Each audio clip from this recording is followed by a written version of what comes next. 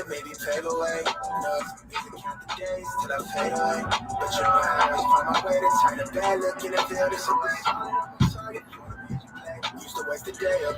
She ain't me to say I'm on her mind, but my commitment to the game got me on T till I OD and then I'm fade away. Lately I've been giving down songs. She set up for a left hand with a gym over a piece of me. My mind's always as cool, she done climbing on the top of me. Really about to call, need you to keep the same energy. I've been in my sleep, I got your out muscle memory. Self-love gone missing, I'm right back to dreams of needing you. I give you that attention that you crave, got you really fueled. For real, I hope you find some sort of peace and all that meditating. I'm looking for mine inside the blood, I'm self-medicating. Got a little vibe, ride or die, she don't stand by. 30 from 30, I'm not missing if I'm shooting mine. All I ever did was take the risk and live in real time. How you think I'm up right now, man, living on this type of time? All I ever did was take the risk and live in real time. Yeah. How you think I'm up right now, been living on this type of time? Test. Yeah. All I ever did was take the risk and live in real time. Outside, so we're fine. Niggas dying in the witness doing babies learn to pocket fire back before they even get to live their truth. I think somebody got me right, cause I don't really look like what I made it through. People from the past when they're out. Somebody tell her really, they should live inside you too. I keep a bad little vibe, ride or die, she on standby. I'm 30 for 30, I'm not missing if I'm shooting mine. All I ever did was take the risk and learn in real time. How you think I'm up right now, I'm stuck. It's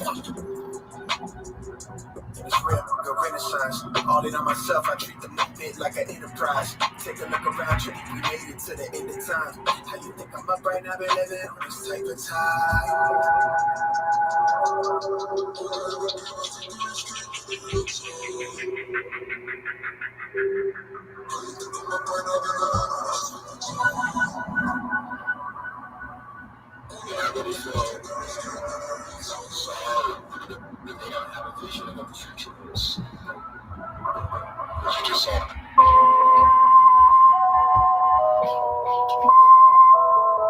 Fourth annual Pubsgiving starting here in just a minute. Let's go, baby.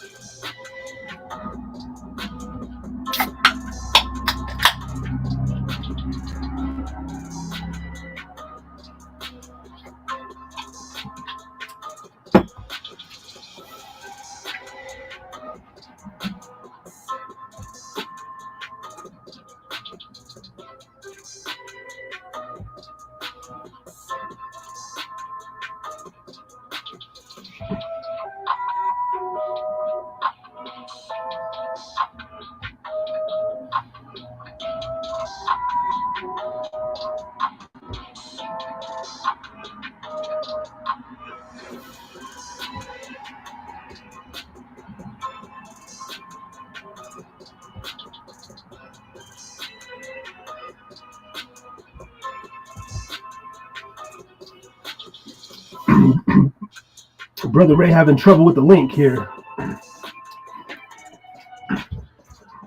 All right. Yo. Brother Ray having trouble with the link in the background. We'll get up on screen here in just a minute.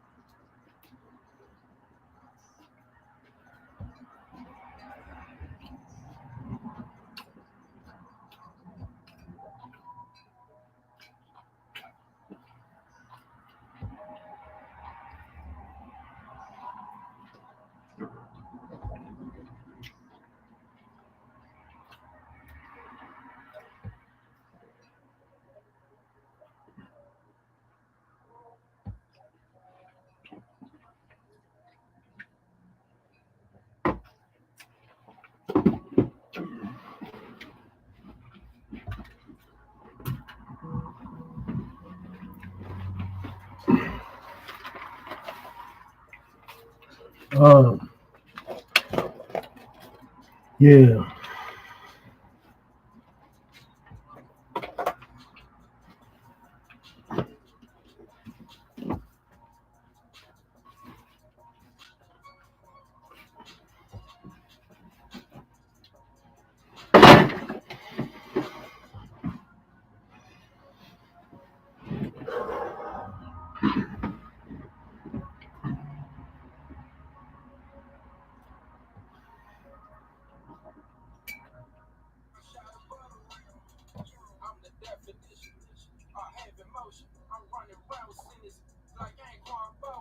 Charged up inside the game, I still remain the same. I'm in the track, hawking traffic, swerving lane to lane.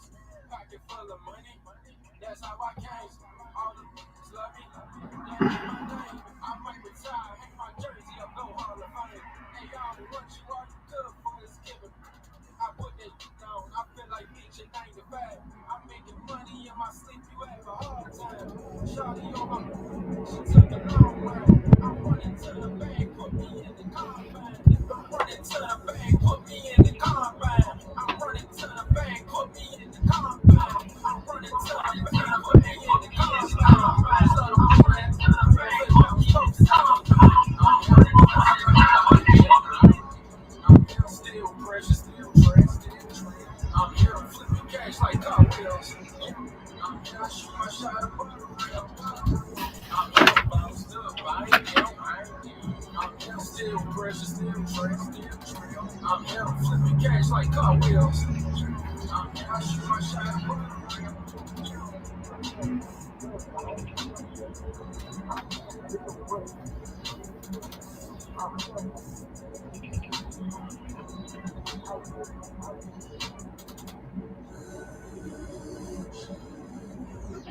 What the fuck?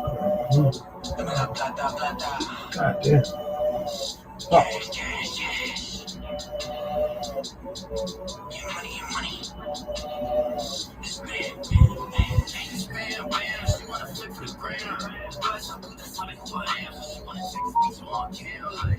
Pull up, she wanna swallow this pull up. Cause I want some roll up. Pull up some shit, I pull up.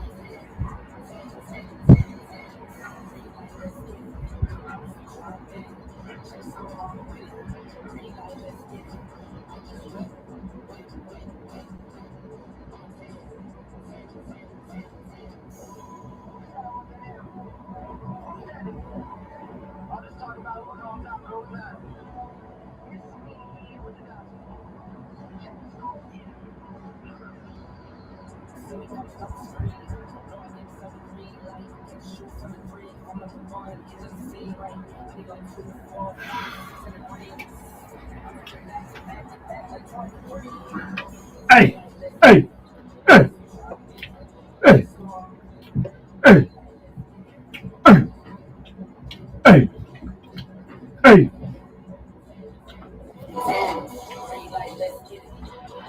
Let's get it. Let's get it. Let's get it. Let's get it. Let's get it. Let's get it.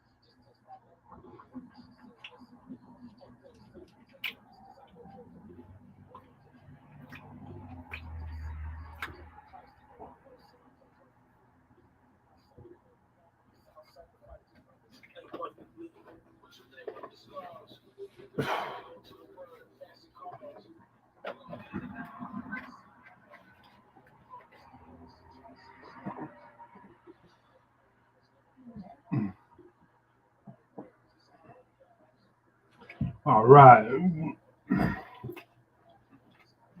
Bow. Up on the screen. Yo, yo. Hold on.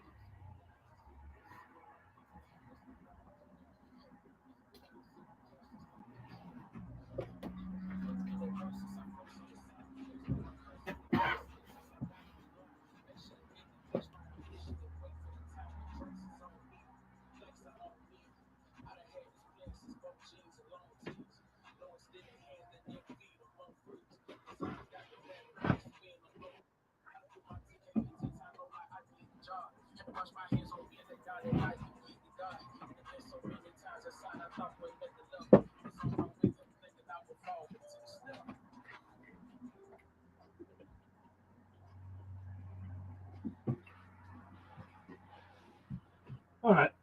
Looks a little bit better. Welcome on into the pub. Come in, enjoy a drink. You know, the setup, it's a little crazy. My chair's a little low, this and that, but we're going to work with it, y'all. Thank you for everybody that will be here either now or in the future. 4th annual Pubsgiving Xxtravaganza. That's what we're dubbing it. And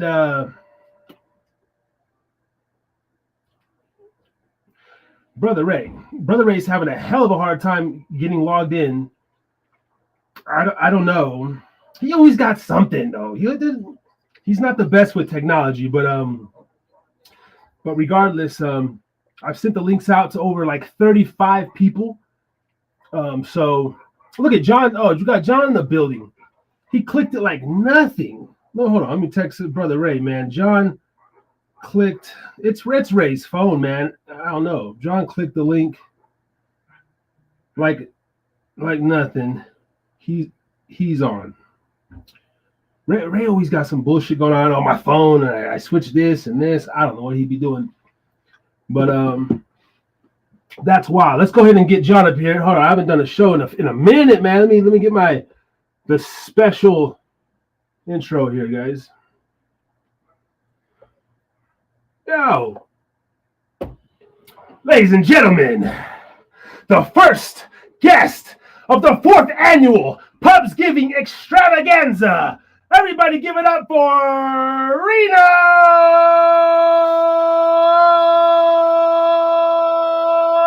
John. Yes. What's up? Oh yeah, my voice was good on that one, baby. How you doing, man? Oh, hanging in there. I hear Call you. this Man. I hear you. Yeah.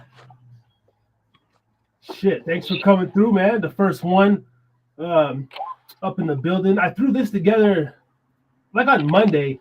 I knew I was gonna do one, but I didn't do no promoting for it. And the last 3 years have been dope, man. We just we get a bunch of people on stream and just, you know, in and out, whoever, you know, come in, come out. And I think the first or second year we had about like 8 people at once. So that was pretty cool. But yeah, man.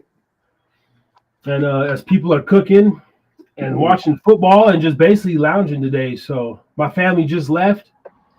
And so I'm just here solo bolo. They're going to bring me some leftovers. And I'm just eating some mini tacos from 7-Eleven for my Thanksgiving breakfast. Sadly. Yeah.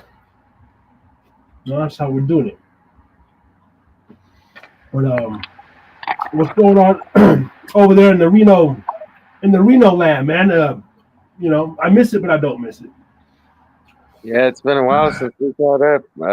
Shit, I didn't even really. I seen maybe a couple posts since you maybe moved out, but didn't realize how far it took you. So I haven't really been able to catch a lot of, but maybe a couple little bits of content here and there. But it's cool. I'm glad you're doing your thing. I've been just working, you know, 6 days a week. Just still in the same since I left the J over up here at the store up off Evans. Okay. So yeah, just trying to do what I can, take care of my daughter, you know. I hear that, bro. Yeah, pretty much same for me too, man. You know, I'm bartending at this other spot here, you know, here in Utah. It's a nice little spot. It's like one of those. It's kind of like the Legends, you know, outlet kind of fancy little shopping center, and it's going okay, you know. We lost John. The airport is blackballed me, I guess you could say, because you know, took it away from me. I tried to. Sorry. I popped out for a second. My bad. Oh, you're good. I was just gonna say, I was saying, yeah, the airport.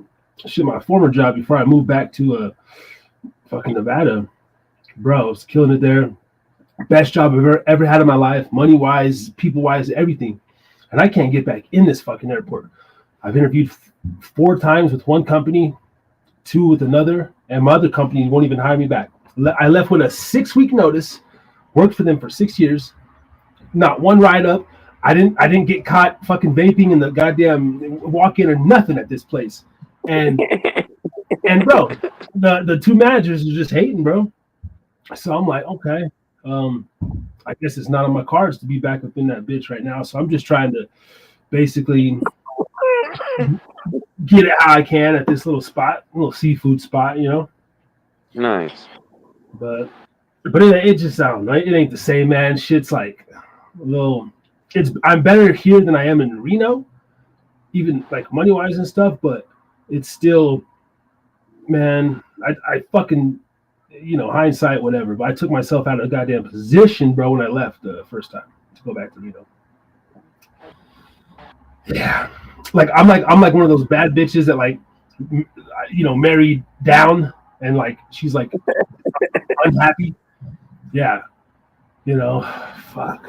So. No, I hear you though. I've been trying to get myself out there, try to think about what else I could be doing. Like I've thought about getting back into bartending a little bit, but I realized like, you know, damn near everything we were doing, you know, we had the right answers. We were doing the right thing when we were doing it, but you know, it just shows that even occupations like that, they're not really being designed right now to pan out for the person anymore. Like there is no, you know, it's almost just it becomes more and more the same. People find it almost acceptable now that, you know, it's like this is unheard of to even hope we have good nights where it's like look at how, like we've said a million times before, look how some of the other casinos operate. It can't just be like we're just not, you know.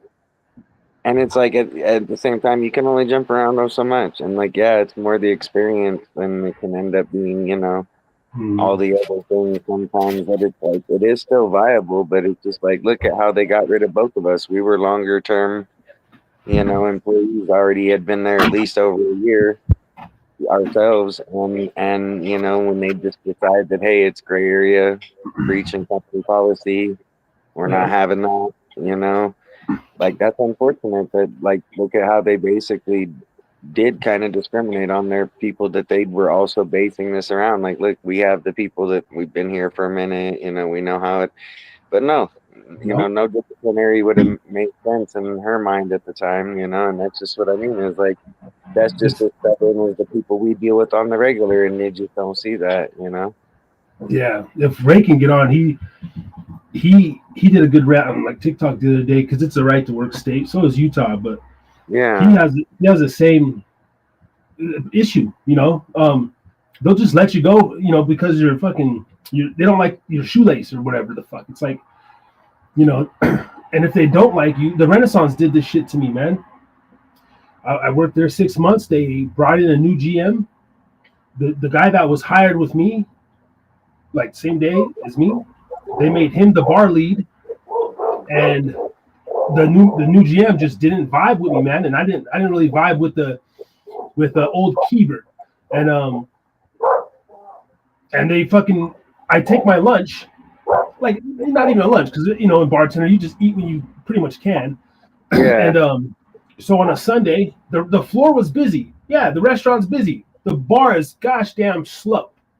And just like I always do, hey man, I'm gonna go put in some food, and I went in the back to eat it. And like the 47th time that I did that, that was the time they said, oh well, you know, it was whatever the fuck I did. I because it was busy and I didn't get permission to go on break. I don't know. I was just like, what? And I got suspended for that. I'm like, you know, you guys just tell me you don't want me here, you motherfuckers. You know what I mean? Right. Like, it's fucking crazy. Brother Ray, I sent you 3 links, bro. The link ain't gonna make a difference. I got God damn. Brother Ray up in the building. But we just gotta fucking deal with it, you know what I mean? And yeah, I don't know. I am looking at people coming by. Yeah, I got my dogs going crazy, people stopping by.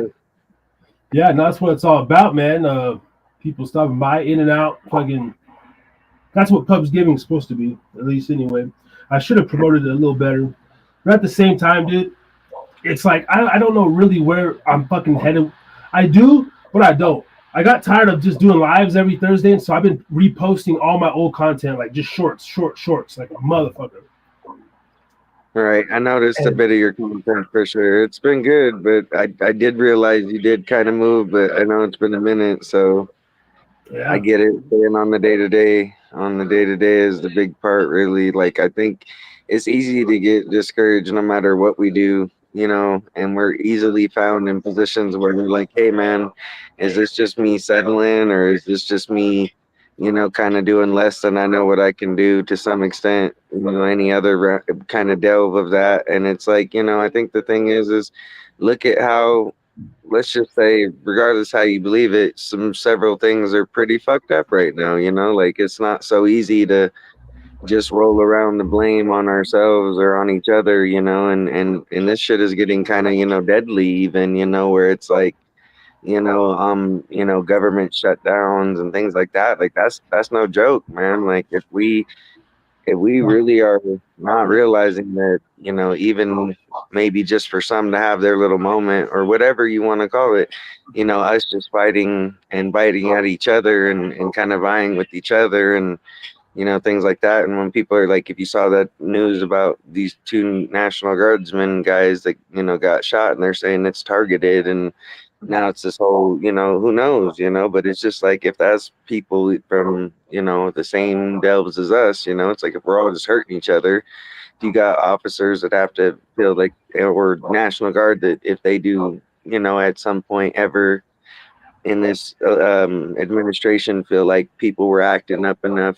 like rioting, whatever, that they felt like they could invoke the insurrection act, like it could be very dangerous and it'd just be really all of us just hurting ourselves. It's kind of strange that we're kind of undergoing the recollection that we never really got off the note of like where civil war occurred. Even if you look at history, you know what I mean, like a nation divided, like hmm,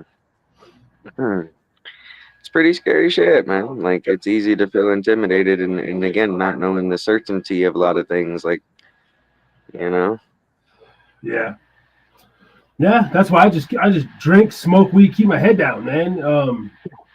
Because yeah, the political stuff, I don't know.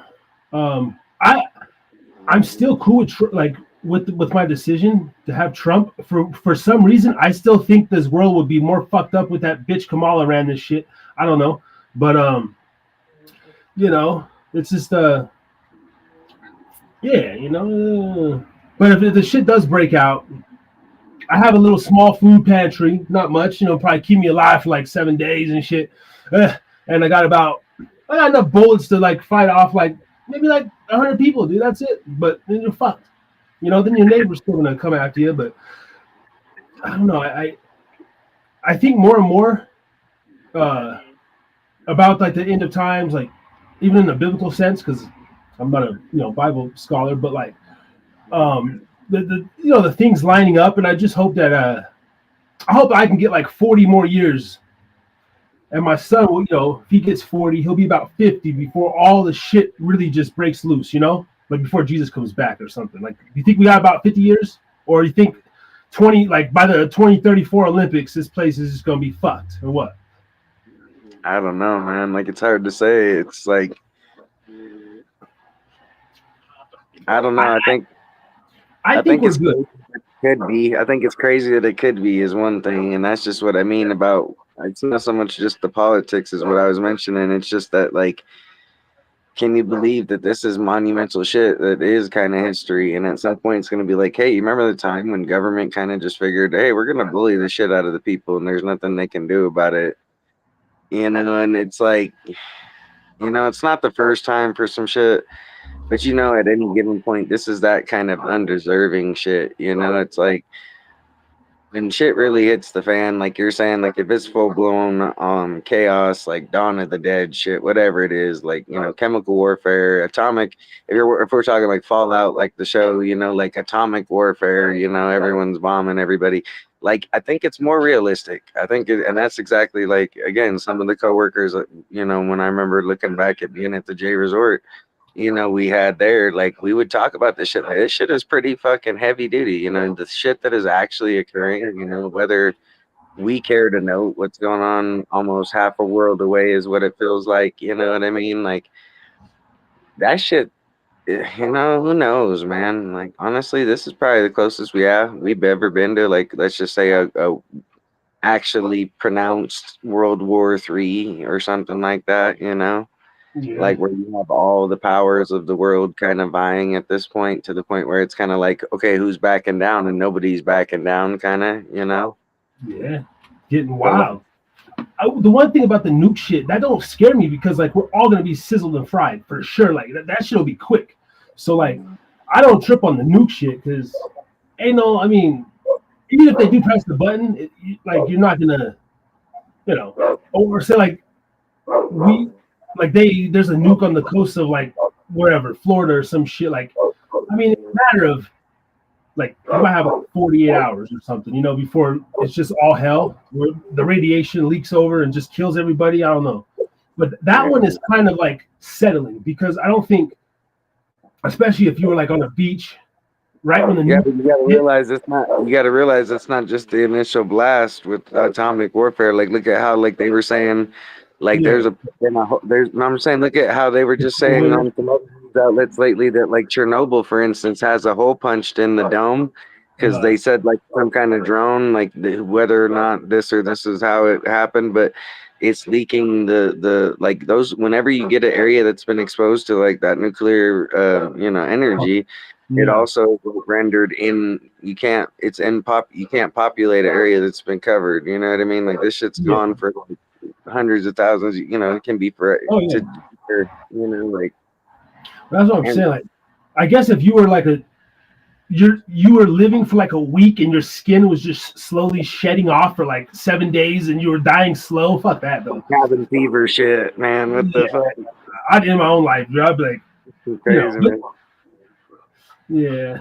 I don't know, man. But I try not to think too much of that, like, because the world leaders are way the fuck up there. I don't know. I don't know. Shit, I think apparently I saw an article the other day said Trump wanted to start nuclear testing again in Nevada.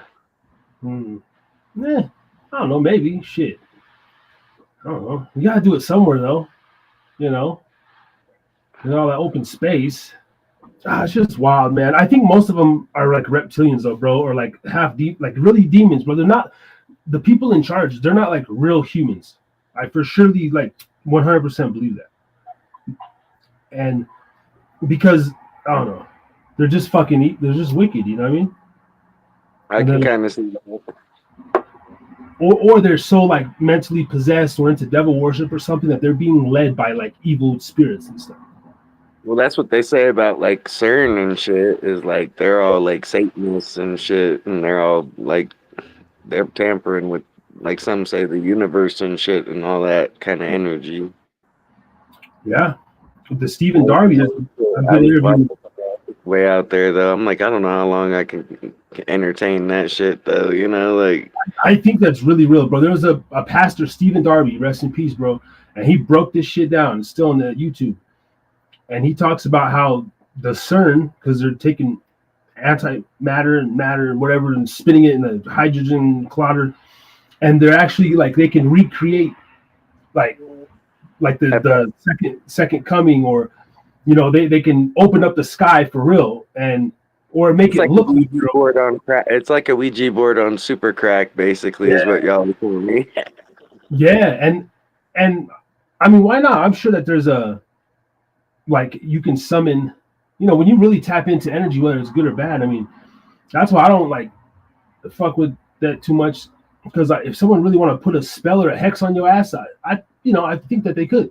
If You're right. Like, see, I'm not gonna say I'm not superstitious, but I'm just saying, like, I take a few notes too. I mean, shit. If you didn't know what you were dealing with in like in that kind of a sense, like spiritual warfare, shit like that, like I could believe that there's like hoodoo and shit. Like, I believe quite a bit, man. I could see it at least, but it's just like I'm like again, like I said, with Satanism though, like I'm sorry, like to me personally.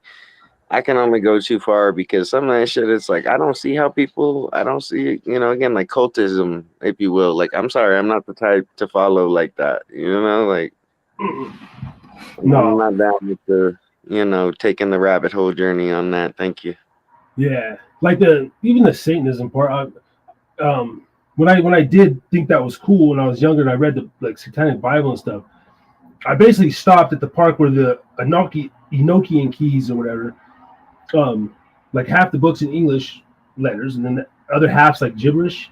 And I guess, and I was like, what the fuck? Like, nah. I believe at that point you literally would have to start. That's when you start doing the seances and the shit to invoke these jinns. And I was like, oh, I'm good. You know, like I'm not gonna learn to speak this fucking gibberish and then, yeah, that took me there. I'm not trying to say anything bad about it for anyone as they may believe and how they believe. I'm just saying, like, you know, it's not my feeling. Like theology, cool. We could talk about theology, like you know, the fact that, you know, there is God, angels, devil, whatever you wanna, you know, but you know, it's just not my niche. I'm sorry. I'm not. It's not my thing. You know, they have a few things that I feel I'm a little, you know, I'm a little reserved about. I'm like, you know, it's kind of like torture. I'm sorry. I just, you know, kind of non-partial. Let's not maybe go to that. You know. Yeah, because nobody knows. In the end of the day, and we can all just agree that we don't know. Shizer. Do you got the day off today, man? Or are you working? Yeah, no, I was lucky enough to get yesterday and today off, so I've been just sitting in here and mashing on some like Call of Duty. Got some guitars. I still got the one you gave me. Nice. Appreciate that, by the way. Oh, you're welcome, man. Did you ever get the string fixed? I'm still lazy as a fuck, and I'm just working 6 days a week. You know, I haven't gotten to the music shop still, man. But I know I can switch that shit over in a heartbeat. I've just been, yeah. You know, with my kid a lot, and she's getting so big, dude. She's quite the handful, and I love it. But yeah, honestly, on the side note, I've had less and less to deal with my child's mother and shit, you know, since everything's gone the way it's going. And yeah, it kind of, you know, ain't all good, but, you know, it's definitely not been as bad as some of the twists and turns. But right, I've had to just really give up on it, though, for the most part, and just say, like, look, it's just unfortunate, but I can't just keep letting it, you know, and so. Oh yeah. I've been just doing my thing, you know, keeping my head, like you said, down and just doing my thing and just trying to get through it all. But it's just, yeah, you know, I'm more worried about my kid, you know, and it's just, I'm just kind of, you know, dealing with the best I can deal with that. And at least we're doing okay. So that's good. Where's your little girl today? She with the mom or? yeah, she's with my child's mother's parents. So they went. I think they're going to be getting ready to go over to like one of their families to go, you know, spend. And I thought that was kind of harsh. You know, that was one thing that was kind of heavy is that like I'm just trying to again be like a little non-partial. I'm just playing it out as it comes to me. You know, I'm not trying to get too up in a roar about everything. But yeah, it hurts because it's like I really wanted to see my kid a little bit. You know, I'll have her tomorrow and everything, but just today I got to get through because I won't be seeing her because they have to drive and go see some family and all. And Right. I was like, yeah, that's fine. I get it. Like scheduling's a bitch. Like do what you got to do. Like I could kind of use the day to rest and just gather myself. So that's why I was just chilling and I've been just kind of lounging around and just kind of antsy because, you know, been trying to quit smoking. Like I want to just stop buying cigarettes and shit. I've been saying it for far too long. Been needing to do it for far too long. And You gotta be a zinner, man. Switch to go get you a pack of zins, bro. Get your zin, buy some zins, and next time you go buy a pack of smokes, we'll just get some zins or the ons or whatever. Bro. Okay, yeah. Is that the okay? Is that like salts or is that actual tobacco still? Tobacco. Oh, it's actual tobacco. You be chewing on motherfucker. Goddamn. It's just the pouches. They're just tobacco pouches, yeah. But you still gotta like spit them or you swallow that shit. Yeah, I mean you can do either really. We'll see. Well, that's good. You know, depends on how much nicotine you want, I guess. Yeah. No, that's one thing I don't. Luckily, I don't crave fucking cigs. I was never like a huge cigarette smoker, but I definitely was a smoker, like many different times. but I like prime times, and I still smoke a black every now and then. Actually, I haven't had a black in some time. Like I think when I fucking left Reno, I think I bought one for the drive. It's been like 3 or 4 months since I've had a black in my house. That's good. But going to the casino, man, every damn day. I had a black every day. There's Yep, certain things about Nevada that, bro, living in Utah literally is just healthier over here. It's better, at least for me. Like, yeah, I got like my sister and some family there. I can't buy alcohol here, right? Like, because it's a holiday, and so you can go buy beer, which I did. I got a fucking Modelo, but I can't get any hard alcohol today unless I want to go to a fucking bar or like a restaurant. And even little shit like that, it's good, man. It's fucking good. Because if I could go get a shooter, I probably for sure it would. I mean, I still have alcohol here, but whatever, It's just like it's better living, bro. Every night I get off, dude. There's nothing like. It's just mind-boggling. I swear to God, it's just like I'm driving up. Like if there was a Dottie's right there, I'd hit that motherfucker. And you can't. Like everything's closed. I go home. I just go home. And so it helps me out, bro. I have like more money in Utah, dude. I fucking like never. I just would gamble my money, bro. That's good. Fuck. I'm glad it worked out for you. Yeah, man. I like my girl wants me to drive the fucking Wendover to Elko with her Saturday. I was like, I don't even want to go back to Nevada for like another 4 or 5 years, bro. Seriously, bro. I'm no good at home. I'm no good, bro. I'm a Utah guy. I'm a Utah, like for sure, bro. I'm still a piece of shit. I'm a drug addict.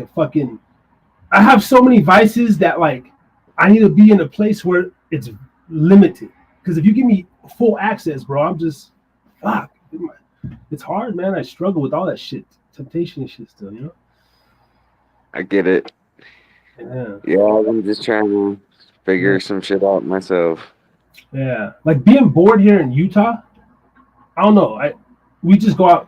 We were outside every fucking day in Reno too, but I was just different, man. It's amazing how just a simple like the law of like gambling or like can change people's whole lives. Like the fact that you can go inside a building with 4 walls with 15 machines and never leave if you don't, it's just like it changes the whole area around it. When that's not here, you just go do other shit. I don't know. Like it's hard to believe that something else can take up just as much time, and you realize how it's it could be this with just gambling, and that can be maybe not so conducive, and then yet you feel like, oh, it's gonna be incredibly boring, but there really are things you can do that are more conducive for you, and they will fill up your time if you let it. Kind of like, yeah, I get what you're saying.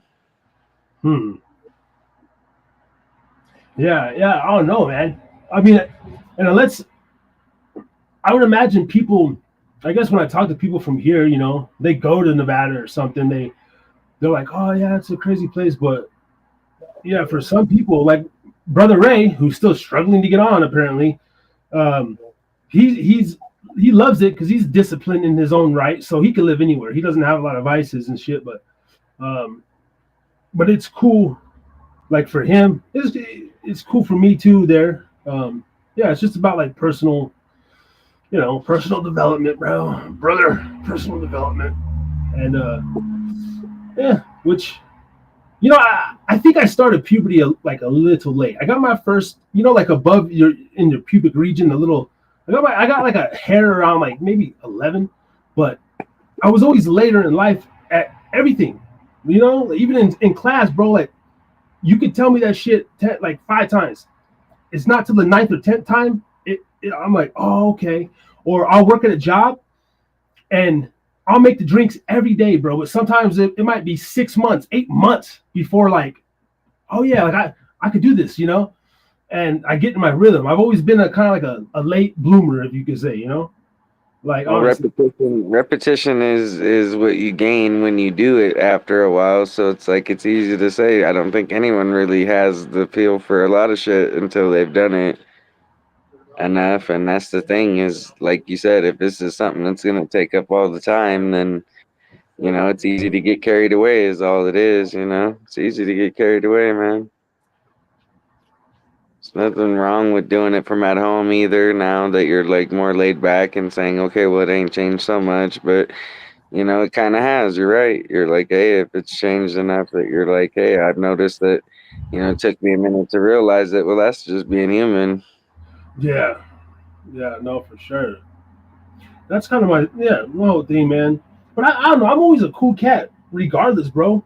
Like even in the most stressful or darkest of times, maybe when you're in them, but like when I look back at hindsight, dude, everything's like always all good, you know? Like even my time in Reno, man, it was all good. It's just I could have made some different like choices, but there's some things that I really couldn't, dude.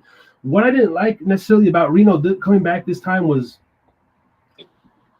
well, I guess in the industry that I'm trying to be in, the market, like it's so small and stuff. That was like kind of like it's not, it'd be so hard to land like the fucking Friday Saturday shift at like a pepper mill or like everything's so locked in. That was kind of discouraging. And then like, yeah, I guess just like how am I gonna make money here? For whatever reason, bro, I don't have any problem making money in Utah. Like every time I come to Utah, I go up, and it's like, so that's cool. I think maybe it's the fucking gambling and the alcohol laws, man. Because where else, like, I don't know. I don't know where else it would go. Right. I feel you because, like, for me, like, every time I try to want to quit smoking cigarettes, like, I want to quit, right? I want to put it into all my other, things like hobbies, things I know I can do better with my time. And I just know I struggle because the one thing I like, and it helps me in a few different ways, just medically, like, for like health wise reasons and stuff, is smoking weed. So it's like, but when I go and I'm trying to always keep myself having weed, I realize I spend too much on it, even as it is, even just a little bit at a time, like it's crazy how it's no wonder I buy cigarettes all the time, and that just don't help either because then I'm trying to manage between two different, and it's like I'd rather smoke weed anyway, but it's just like, it's a matter of like, when you think about affordability, like it's no wonder people have that option. And then it's like, well, this is why a lot of people do smoke, and it's like, yeah, dude, I spend like for sure. Oh my God, my weed habit is like through the roof. It was pretty bad in Reno because the fucking dispensaries, but I do have my medical marijuana card here in Utah, bro. And I sit here at the crib, and they bring it to me when I go buy it, and the deals, they're pretty good, some of them, but there's such a fucking, they don't have as good as deals as like of course legal states, but I was looking at my my finances, bro, and like the third month I was here, I spent because they give you points, per dollar, but I didn't realize it and how much I was spending. But I spent $1,000 here in a month on weed. Yeah. Like 2 months ago, I was like, I already have like 1,300 points. I said, is that every point's $1? And she's like, yeah. I said, I only got my card in fucking August or whatever it was, dude. $1,000 on marijuana. And I'm like how's that? I guess 200 a week. Fuck, shit, damn, bro. And then I'm over here like everything's cool and shit. My bills are low, but like the problem is, I mean, I like to hike. I got a couple of outdoor activities. I just started fishing again. Actually, that's the shit. But I'm gonna smoke when I go fishing. For me to remove weed out of my life, man. Oh God, oh man. I couldn't even really imagine. It helps, man, and that's what I'm saying. I'm not trying to sound like making excuses or I'm making it like it sound like it's this. Oh my God, I'm just saying, like for me, it has like all my life. I started young, man. Like I started when I was like 8, no lie, dude, 8 or 9. Like I had my older siblings, they kind of shown me a few things. Used to hook me up a little bit. I used to get a couple hits here and there.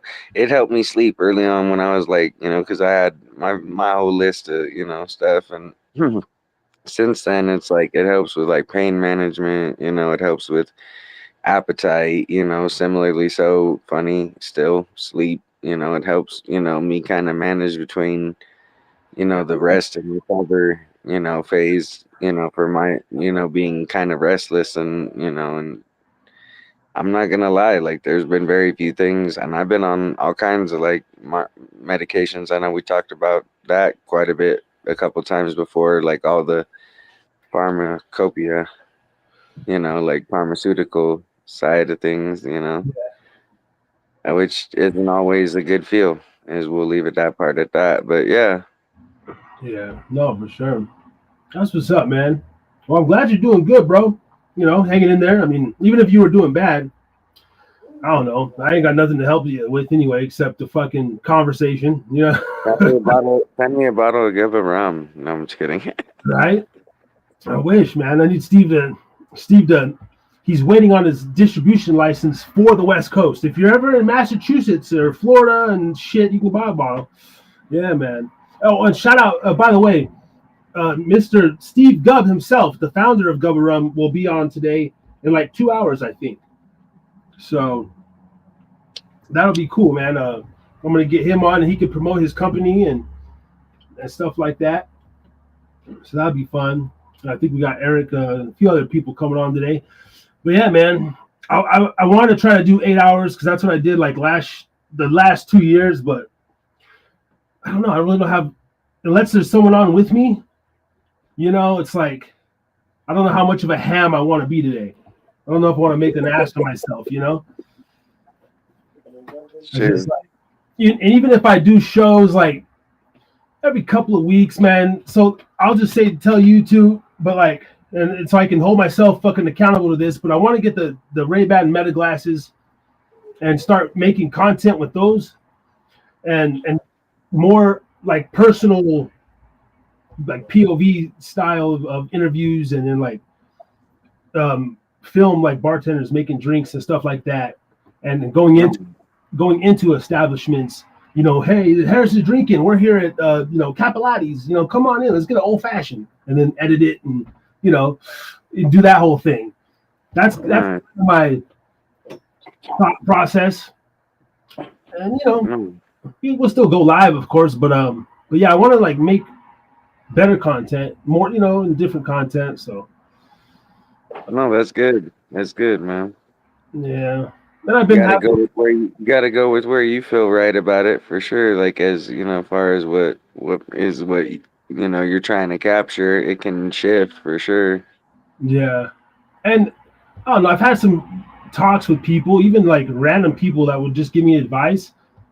And the whole, like, I've had actually two people tell me, and my brother told me this too. Like, he's like, bro, I hate going on your show, bro, because he's like, he's trying to uplift himself, and he's on his Christian walk, and that's cool. But he's just like, bro, your show's like it's so low vibration, brother. And he's like, just the name. He's like, you're exiling out so many potential listeners and viewers because of the name. He's like people are trying not to drink these days, brother, and blah blah blah. And I'm just like, hey, dude, I understand it. I understand it all. And but I like it. Harris is drinking.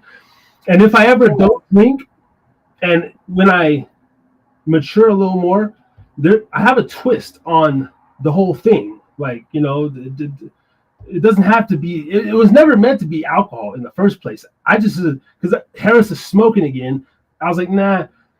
I said Harris is drinking again, but it was like drinking wealth, drinking knowledge, drinking health, drinking, just taking in stuff, right? Taking it, and I didn't put the beer logo in the thing for the first year. That was kind of my thought process. I was like, people are gonna think it's drinking just based on the spelling, which is like cool. And I don't know, but when I mature a little bit, I might switch it to Harris's thinking again, and then open it up to like more kind of level up type shit. And But I'll be honest, I like the low vibration stuff, man. I don't get dude. The world's so stressful. Like, bro, like Brother Ray, that's what I told him. That's why he went to start his own platform and speak about the Lord. I'm like, dude,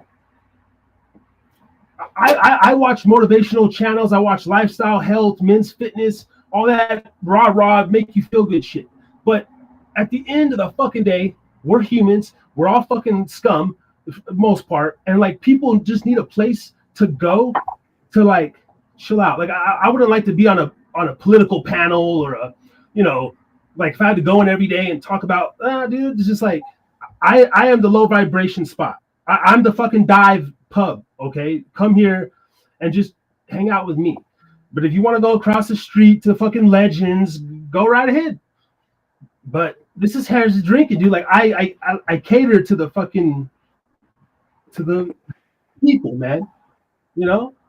No, it's cool. I like the idea, honestly. Like that's what you were doing several ways, the ways back before you had left. I know we were, Yeah. You really had that idea of capturing like, hey, we're just hanging here. We're all just regular people, right? We can get beyond like the, white lines of things. We can all just sit here, chill, like we let loose a bit, that's something actually a lot of people capture in a lot of like, from what I understand, like content creating. And the whole point is it is, you can't really force the narrative. The narrative is the narrative, it's whatever you guys are kind of culminating. And that's the thing. Like, yeah, maybe you're right. Like, maybe all in all, it was Harris was thinking again all along, and that's just the point is like you were at least getting it out there and you conducted yourself to try to look at content more than once. So at least you're aware of the direction and again, regardless of like,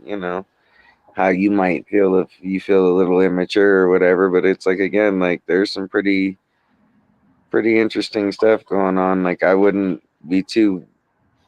put it aside too much from just saying that's the artistic, creativity I feel differential. like If you're thinking about, the branding and like how it looks and what you're appealing to, maybe there are things to take into consideration, but not that it hasn't, worked for you. The design of like when you had the backdrops where it was like sitting in different kinds of bars, that was a cool kind of fit, and then everyone starts to just kind of, those that are here, it kind of felt like, okay, so we are just chilling. Okay, cool. Just imagine we're all just sitting at the bar chilling, but like, man.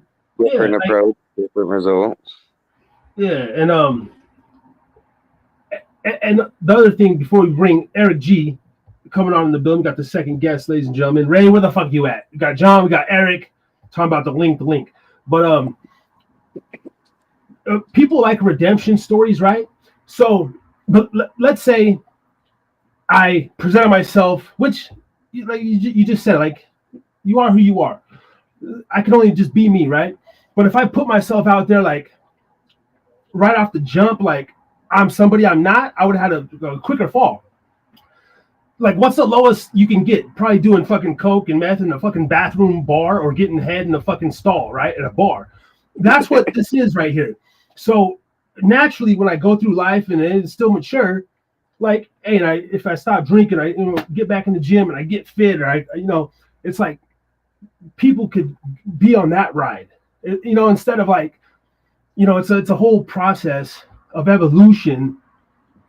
And the live shows just kind of highlight my life because I'm really loose-lipped and shit, honest. But I figure like I can't really lose, bro, because even if I want to run for mayor or some shit, like Donald, ground by the pussy or something. I mean, like I've already admitted everything, and if I already have 500 fucking petitions of people that know my content, then I mean, you could come out with a story, but it's like it's gonna be a hard trying to like frame this guy, like I've already, so it's like that. I don't know. That's my process, but I feel like I've, and in the conversations we've had, man, the other person, whoever they are, hey, drop gems, I would like to interview more professionals and stuff, but not so like, nah, man, just come through and fucking unbutton your shirt, asshole, and talk. You know what I mean?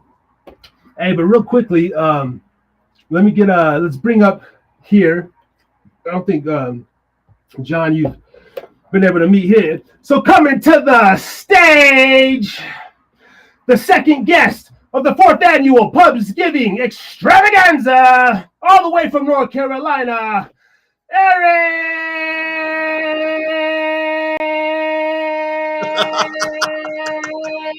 G. What's up, man? What's good, bro? How y'all doing, man? How you doing, brother, man?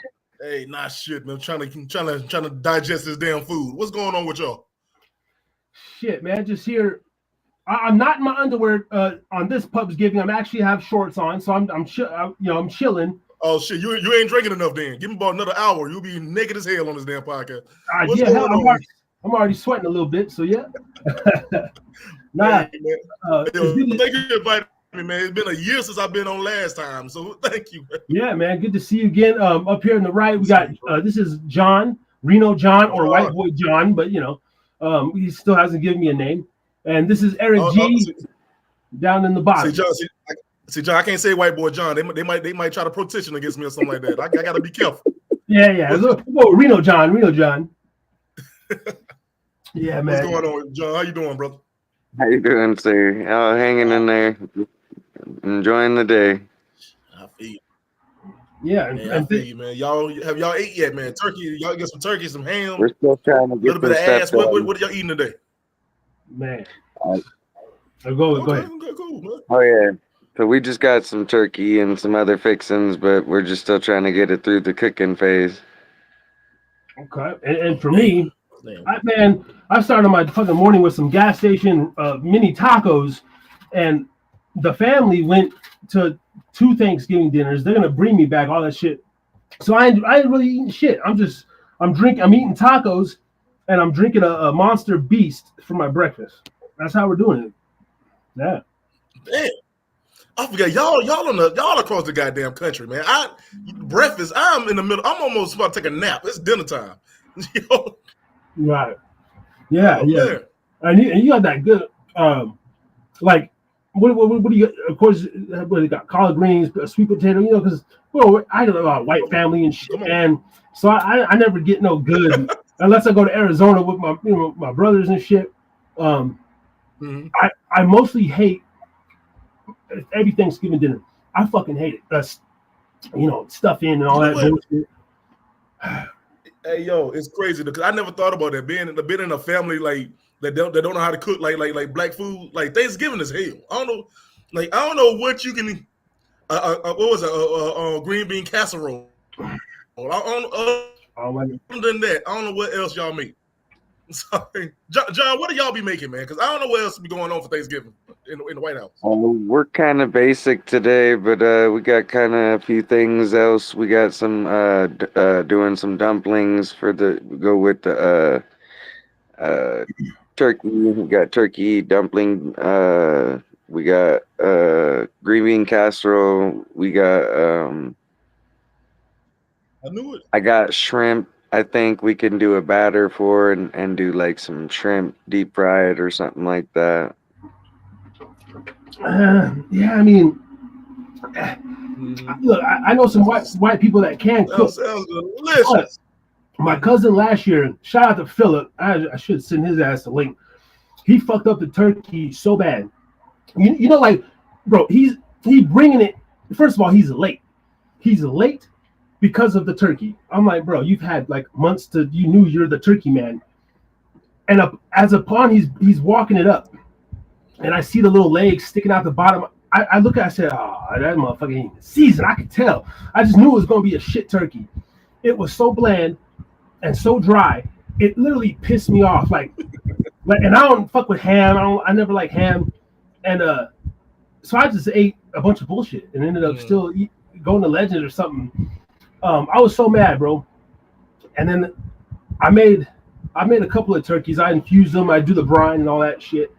And they come out great, man. But whatever color you are, you gotta fucking cook it with love. You gotta season it with love. You have to prep it. It starts in the prepping process. If you don't prep your food, the love angle. It all starts in the prep. You can cook it the perfect temp and all that bullshit. But if you gotta sit there and foreplay that motherfucker, it's just And I could tell that turkey had no. That's all you gotta do. You gotta take your fingers. Harry ain't lying. He ain't lying though. You gotta play with it a little bit. You know what I'm saying? You gotta tickle his. You gotta play around on it. Take your hands, dig up in there. Yeah. Put your hands up in there like you ain't scared. Get that and massage it down. Yeah. You gotta make love to turkey. You gonna make some good turkey. You gotta make love. Yeah. and you know you gotta start at least a day, if not 2 or 3 before. You know, the last turkey I did, I let it sit in a beer brine. Yeah, a beer brine, like for like 72 hours or some shit. And yeah, it was delicious. And I was even thinking, I should brine it for a week next time, you know? I don't know. But yeah, you got to start that shit early. Yeah, I would say all that now. I don't know about a week. But yeah, 3 days, little 3-4 days, you know? But yeah, man, most Thanksgivings, but you know, I never eat shit. Because I just don't like Thanksgiving. And I'll be honest, I don't have a lot of family, and I don't like going to my girl's family. So shout out to my girl if you're watching or something. But I just don't fuck with people like that. You know what I mean? So like I'd be more susceptible to coming over to one of y'all house if you invited me, for real. Because it's just like, you know, dealing with I sit there and I feel like a weirdo and like around my own family and shit. It's just I don't know. I hate that feeling, bro. You know?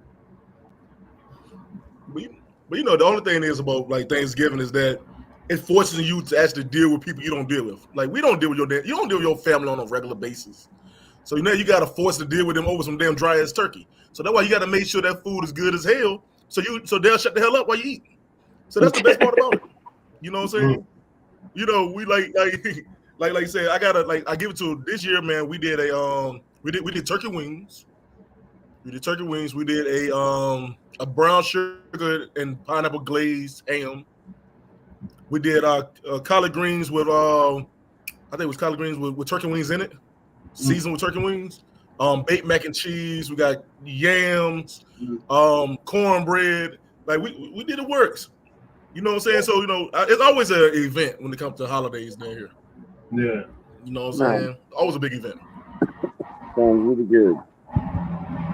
Yeah, hell yeah. Everything except the ham. I mean, I'll still take a little piece of ham, but I'm not a big ham guy. And you know, I don't like no casseroles though either. That tuna casserole bullshit.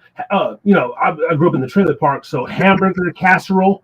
Oh fuck, you ain't live life until you have some hamburger casserole or goddamn tuna casserole. I hate tater tot cat with the tater tots and the peas. Oh hell no. Oh, I can't stand that. What shit. Is a casserole? What is that? What is really a casserole? What is a casserole? It's basically like any dish you use like to like amplify the fact that you're maximizing the amount of like beef you're using. Yeah. But you're mixing it with anything spare left over you have lots of. Like some people may use like macaroni if there's a lot of extra macaroni. You would use like your pasta if you have any kinds of different pastas that, you know, like noodles that you've got built up over time. You know, you just do like your own hamburger helper kind of like is basically what it's like. It's some of those like the forgotten poor man meal kind of thing. You throw in your little. Mama all your canned veggies if you're just trying to, you know, like you want to just throw it all together. It's kind of like, you know, some might say similar to like a, you know, just like a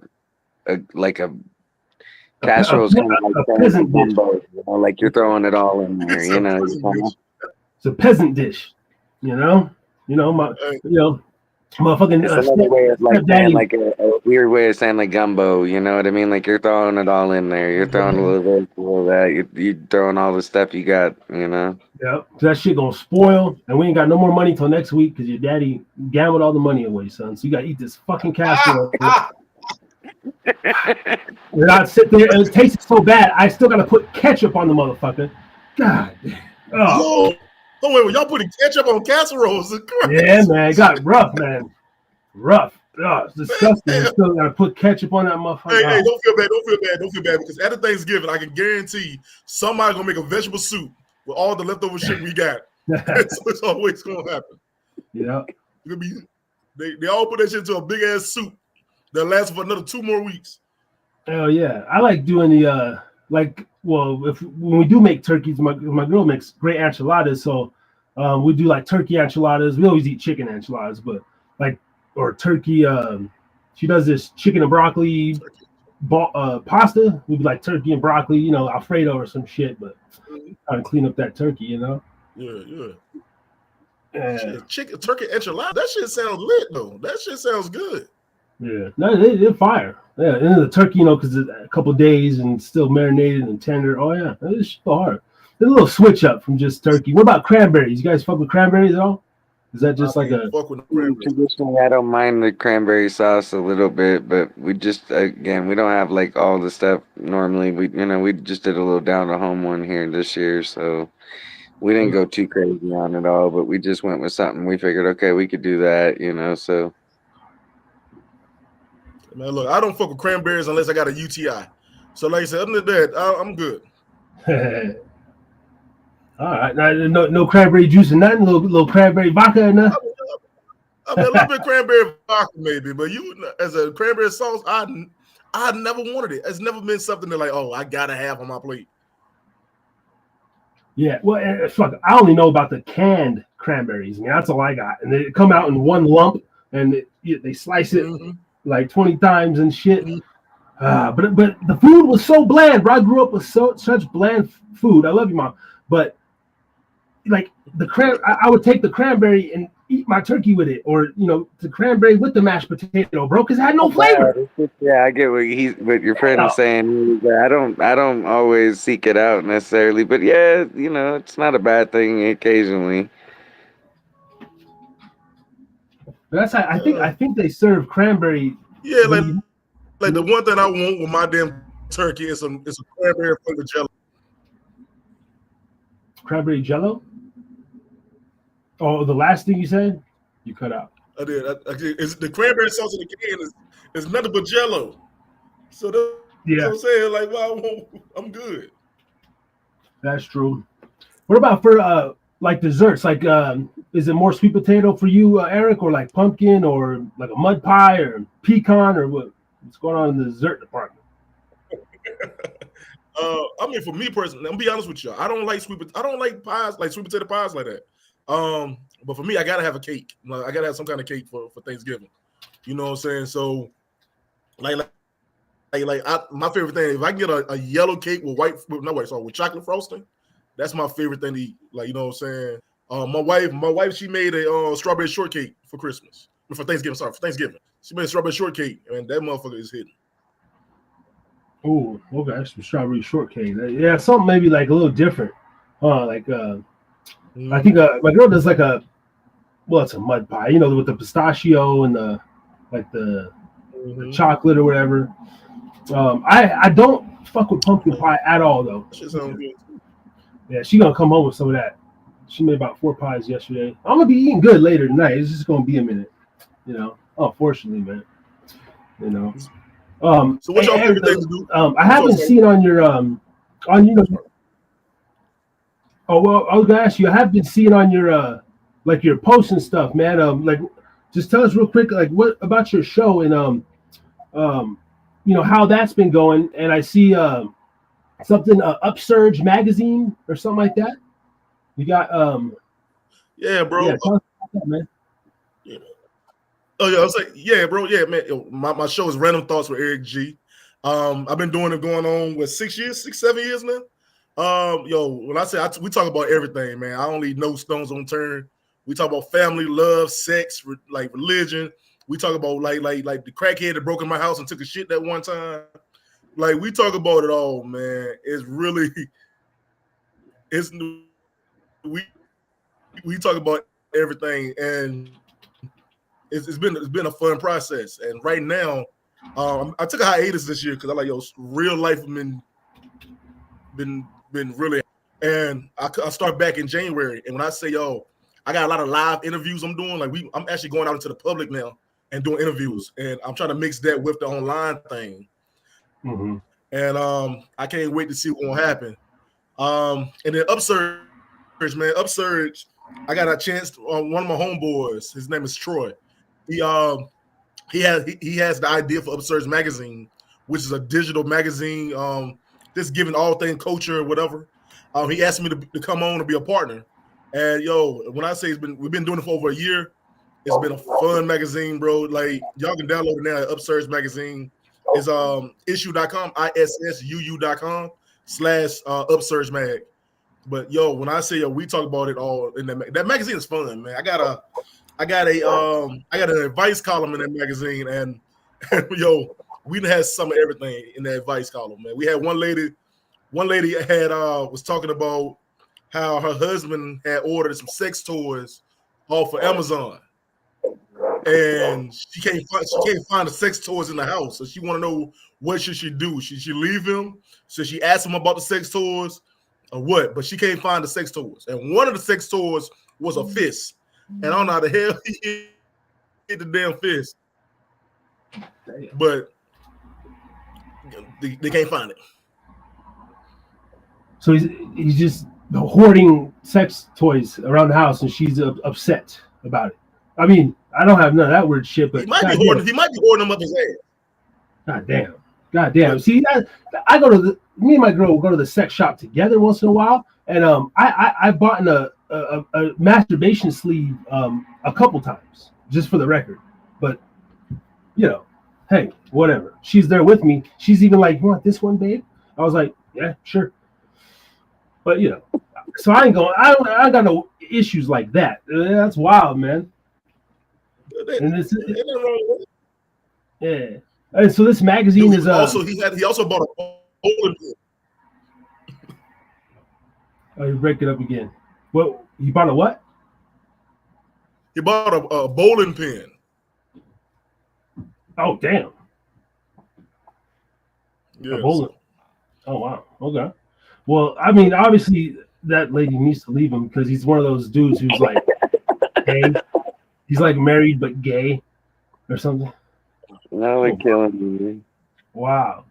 That's cool though, man. And that was and that's a independent startup. Is it only an online magazine you're saying, or at the moment? Right now it's only online. And we hope in the next year we can go ahead and start doing public the publications. But right now, yo, it's fun. It's a fun issue, man. If y'all want to be a part of it, just let me know. I would love to have y'all in the magazine. It's a good time on that, man. Okay. Yeah. I'll definitely check it out, man. And I want to hop on that cipher too, man. You know, we talk about that. Oh yeah. And you know, where I'm kind of at is like I'm going on it'll be like 4 years in pretty much January.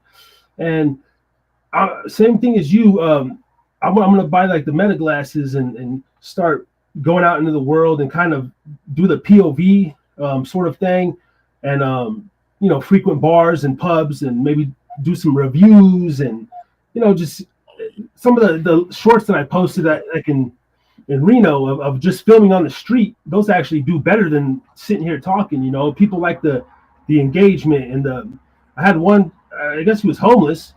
And he just was a homeless guy with a broken guitar, but he was like dropping jewels, man. And I mean, shit, they got like 4,000 like plays on Instagram or whatever, and you know, just like a lot of comments for like that, right? Like just some random dude, and then some people.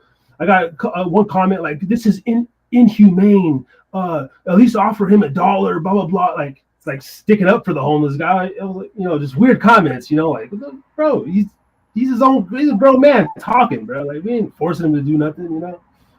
So, but yeah, man. Like, yeah, man.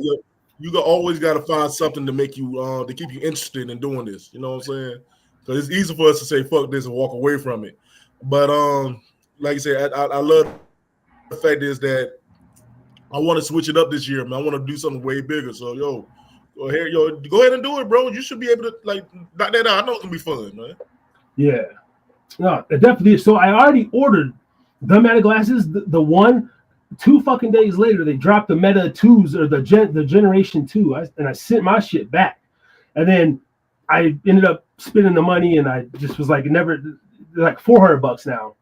And so that's the only thing kind of in the way from that. But you know, I don't want to give this up though, man. You know, and I ran into like a wall in Reno this year, and just kind of like I went almost 2.5 years straight every Thursday. Oh, gotta be consistent. And then I don't know, man, just I hit my fucking wall, and then I wanted to come live today to get a good one in.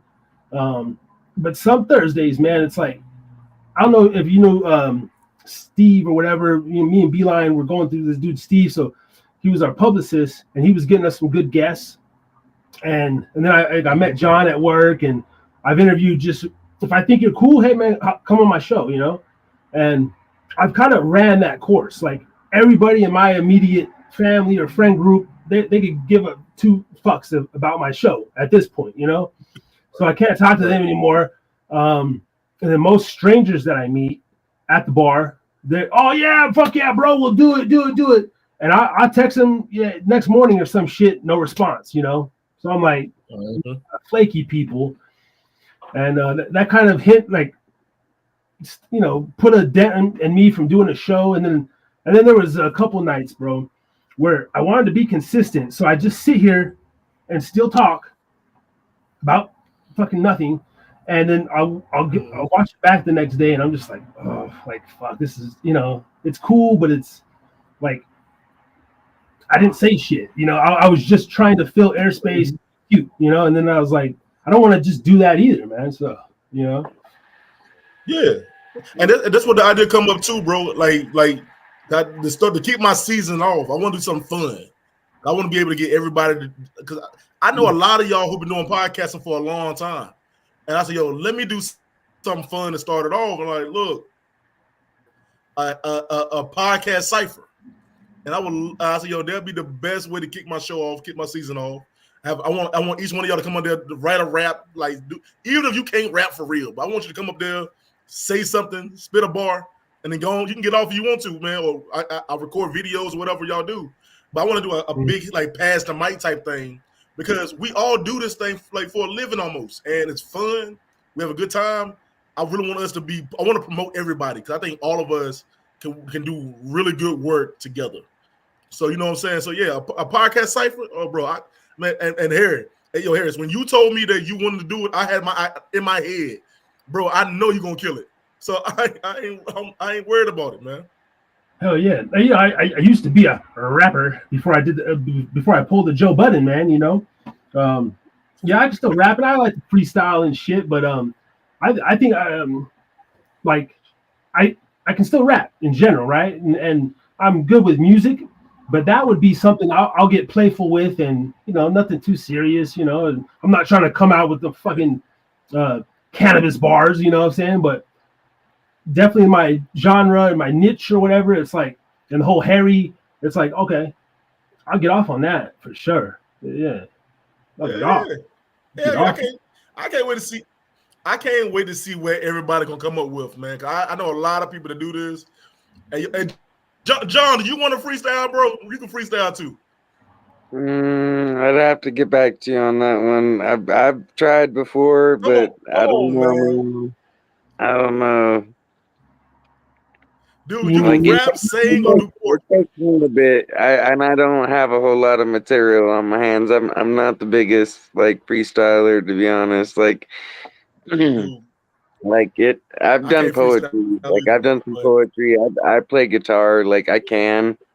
It's just like thinking of the stuff on the spot like that. That is tough. I'll give you that. Like I might, but I have to get back to you on that. Here's the thing is. So I think probably by this weekend, I'm gonna send everybody the instruction what I want them to do, and I'm trying to find the beats that I want everybody to freestyle on or rap on, whatever. You have a whole month to write down what you want to write, and then you just gonna record yourself rapping singing, or doing poetry on the beat. That's it. Then when you send it to me on my show, on the premiere of my show, I'm gonna clip everything together. And I'm gonna do like a pass the mic type thing. And at the end, I'm gonna rap or freestyle, and I can't freestyle to save my damn life. So I'm gonna do that at the end to bring it all together, man. I can't. You welcome to do, John? I can hit something, man. I got a perfect beat in my mind for you. Just let me know if you want it. Got you, man. I'll let you know. Yeah. How many people you thinking is gonna just be a standard song like 8 bars and like how many people you trying to think or whatever? Or I mean, since it's a video, is it gonna be like a 5-6 minute thing, 8 minute, or some crazy shit? Oh man, I don't know how long it's gonna be, man. I didn't ask about 10 people so far, and everybody said yes. And like I said, you're doing like between 8 to 10 bars. And like I said, and what I'm gonna do is like as you finish, I'm gonna jump to the next one. You know what I'm saying? And I'm gonna work it in there. Like it's this show called Pass the Mic, and it's the DJ. He's in the middle, and he's like bringing everybody in to do that verse, and then he kick him out to the next person. So I'm gonna take everybody's videos. I'm just gonna work it so everybody can just come in, do that verse, and it's gonna go straight to the end. But I don't know how long it's gonna be, bro. I'm just the point. I'm just excited to see what everybody gonna do. Okay. I'm definitely gonna have to work on that. Yeah, it's gonna be fun to see. I want everybody to laugh, have a good time. I also do a karaoke night on my podcast. I do a karaoke night on my show. So right. I'm used to this shit. Okay, that'd be dope. Have you ever hosted like karaoke in person or anything like that? Or man, dude, not yet, man. That's my goal. Is this new year? I just got my first hosting gig about a couple months ago, and it was one of the funnest. Like I don't know if you ever did it, y'all. Like to actually host an event is fun as hell, man. It's like a drug though. It's like an adrenaline rush. Because when you first do it, you scared as hell, and while you're doing it, it's you on the spot, and you gotta come off the top of the dome what to say, and it was fun. It's fun. So I think I'm gonna do next year. I want to get into hosting my own karaoke nights. I'm do community events. I got a link with this woman. We're doing a fashion show next year. Like I'm ready to do all that next year. I'm ready to see how this gonna work. That's dope. That's where I like to, go next to beyond the YouTube is like, how can I get a job doing this shit? You know what I mean? Or speaking or fucking, broadcasting or whatever the hell. I ain't going back to no school. So I don't fuck all that degree shit. But let me just give me a script. I would still love to work at a radio station. Put me on it like between 2 and 4 a.m. to read like some bullshit ads or something. Just to be around the boards and everything, bro. Like I would love that. You know what I mean? You'd be great for late night, bro. You great as hell in that late night slot, man. And I think you need to get into that. Yeah, I've inquired twice, but I haven't pressed the issue. I don't know. I don't know if I'm. I probably need to have more confidence when I go up in there, and I've applied for some jobs on Indeed. Don't think about it so much. You could easily be one of the radio personalities just to have your own, airtime, just to make it easier on the other personalities. Like you could come out there, be this whole ass radio personality that you never know might blow up for you too. Yeah. You don't have to. You also can make your own. You can make your own radio station. You can make your own radio station and do it. Yeah. Yeah, that's true. Yeah. That seems like a lot of work though. I did I was on that WDJY whatever. They're like a small market. Well, they're in a few markets. They contacted me and they had my show on their radio station for like a year, whatever. I paid $250 for them to broadcast it or whatever. I thought that was cool. It was like a personal flex for me. Like, oh, I'm on you can listen to me in Georgia or fucking Texas or whatever, and I might do that again. I personally didn't see any growth from it, like on my other platforms, but they sent me this number, this listeners report number, and it was like 500,000 people, had listened to the show between 11 to 12, and I was just like, okay, but like, I mean, I didn't get no fucking, no traction spillover, so I don't know. But it's a lot of opportunities though, man. Right. You know one thing I want to do, man. Look, I had I used to do a little side shows for my podcast, so the advice show I did in the magazine was an actual real live show I did called Word to the Wise, and it was a call-in show. You can actually call in and like give your opinion on the topic we had. You know what I'm saying? And I want to get into something like that again. I think that's a call-in show, man. I love that shit. You know what I'm saying? Yeah. Do you listen to Star? Is it the Star Report at all? Troy Terrain? No. I didn't. No. I fuck with him heavy. But he's been doing his shit for years. He started. He says he gangstered his way into radio. Like he's a fucking cokehead from the New York somewhere that just fell into radio, and but now he's on YouTube. But I mean, he's built such a loyal following. I mean, that's what he does though. People call in, and he's got his fucking group, his trolls, man. When you call, it's like everybody in the chat, just based on your voice, be like, caller sounds like, whatever, this and this, and it's just like a bunch of haters, but it's love, And, yeah. You can get that shit. Anytime you do anything in the media, you'll get a bunch of haters. But look, let me tell you, when I be doing I do YouTube live, like I'm doing YouTube live right now, and you'd be surprised how much people talking shit throughout the YouTube live. So you know what I'm saying? So I'm with it. I just talk shit back and keep it moving. Hell yeah. I want personally more trolls, and doing this for a while, there's been a couple like random people that will just pop in, and then week after week, for a few weeks they'll stick around. And one guy was going in though. He just he's even talking shit to me and this, but like, and it's cool when there's nobody on the show to have that person in the chat. I love that shit. Mm-hmm. And you're sitting there back like engaging with them. I wish like my following was like that now, like people in the chat like going off, and what I mean, like that's a dream for me, man. Well, let me tell you, I didn't know that people do that shit for real until I started so I was uploading on my TikTok, and I was like, no matter what the hell I said, like last season on my show, season 7, dude, no matter what the hell I said in my random thought, someone had something negative to say about it. You know what I'm saying? It kicked off. I had my opinion about Trump and some old stuff. When I said the thing about Trump is, you're the reason why America sucks. I'm like, what the hell I do? What the fuck I do with that? I ain't grab nobody by the pussy. What I gotta do? Yeah. My files ain't been let out. What I gotta do? So, but it was crazy, man. So I mean, it is what it comes with a job, man. But go along with it, man. Just keep going. Yeah. It's good. I'm short on my end, guys, but honestly, my phone's dying, and I gotta go check on a few things. I'm gonna try and maybe pop back in on you though, a little later if you're still rolling. I know you said you got a whole day's work, but it was nice to meet you, Eric. Thank you. It's been fun. I like what you were saying. I'll try to get back to you on that other bit, but hope you guys have. I want you on the damn show, John. All right, happy Thanksgiving, guys. All right, bro. Reno John, everybody. All right, bro. Peace. You got it. Peace. Yeah, come in, come out. Yeah, whatever you want to do, man. Pubsgiving up in this motherfucker.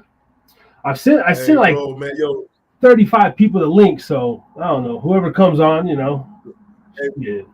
Well, look, bro, thank you so much for even having me. Like I think I did for the last 2 years I came on. 2 or 3 years I came on, man. So I really appreciate it, man. Yeah, absolutely, man. I appreciate you, coming back and shit.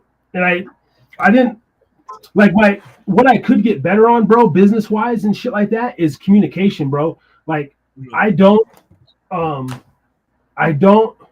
stay in touch with people like I should, and I don't follow up as well as I should. And then when it comes to like my own show, when I had the publicist early on, like the week after or a few days after the show, I would send a message to the guest. Like I was on my shit, like, and people had to schedule it through Calendly and really locked in. And but then I kind of fell by the wayside, and so yeah, I just appreciate people coming through. Hopefully, Beeline, steady that whole group. I send it to Helen, but I didn't really. Hey, yo, let me tell you, I salute the people at you and Brian, man, because I'm not professional at all when it comes to podcasting, bro. Like I wish I could just set it like the can. There was a Kennedy thing we could sign in. I wish I did that right there, or like you said, get back in touch with everybody after the show. I don't do that.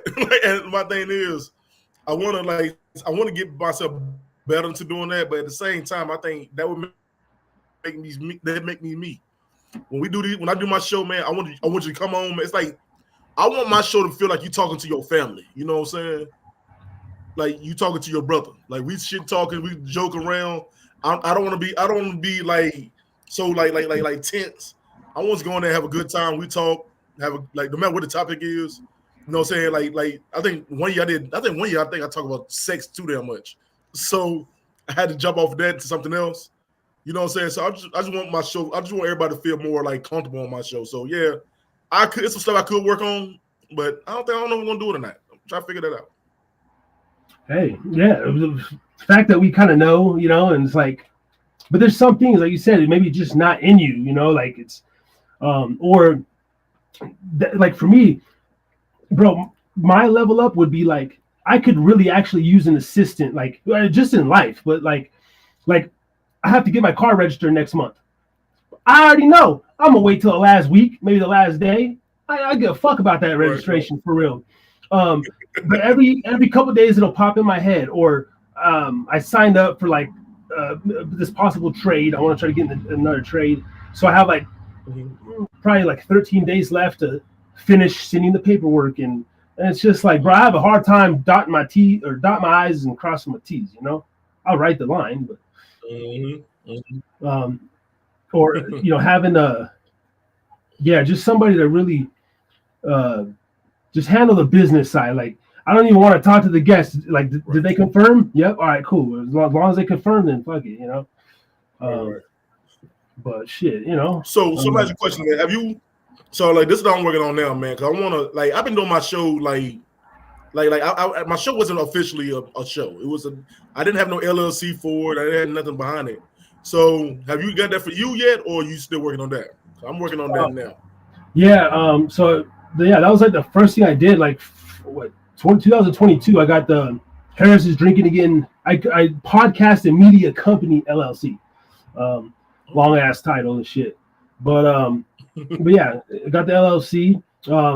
I haven't done shit with it though. The first year, I'll be honest, I didn't even file my taxes on it or nothing, and I let the registration expire on it, so I had to pay like the $32 to reinstate it, and then you know, but I'm not smart like that, bro. I haven't gotten no money back off. Like I don't write shit off, you know. I don't fucking say my receipts, bro. And people tell me, bro, you can get like 5,000 back. I say,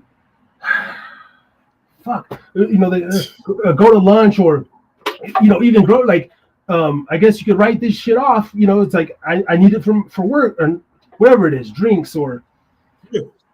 I don't do that part on the business, but legally, I got my. That's what I'm saying, bro. I'm trying to get like you. I want to get that business side. I want to be able to go like when I said these events I want to do next year.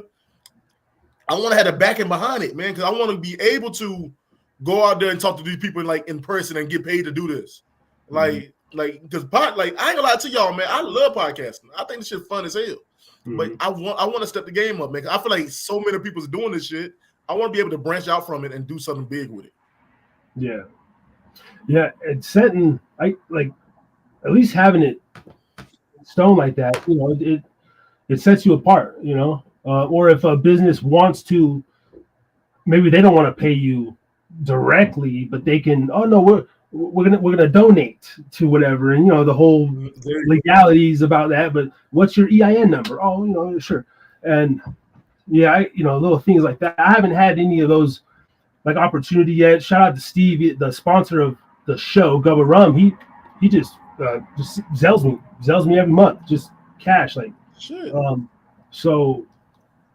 And I'm probably slipping on that though, because I think someone was telling me, he's like, bro, and it goes into my business account, so I have like a little record of income, right? But my expenditures are way over, so I'm not. You know, Harris is Drinking Again makes no money at the end of the year, and I don't know. You ahead of me with it, man. You ahead of me right now, bro. Because I wish I could get a sponsor. I mean, shit, did I get somebody to sponsor my show, man, dude? I kill this thing. I'll kill the market.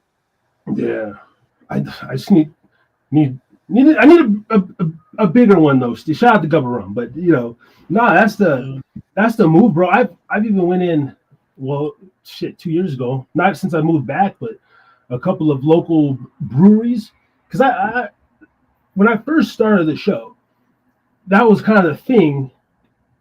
In a way, I would just like every week I'd make a cocktail, and hey, this is what we're drinking. I'm sitting there giving them free promo, and it was usually local stuff.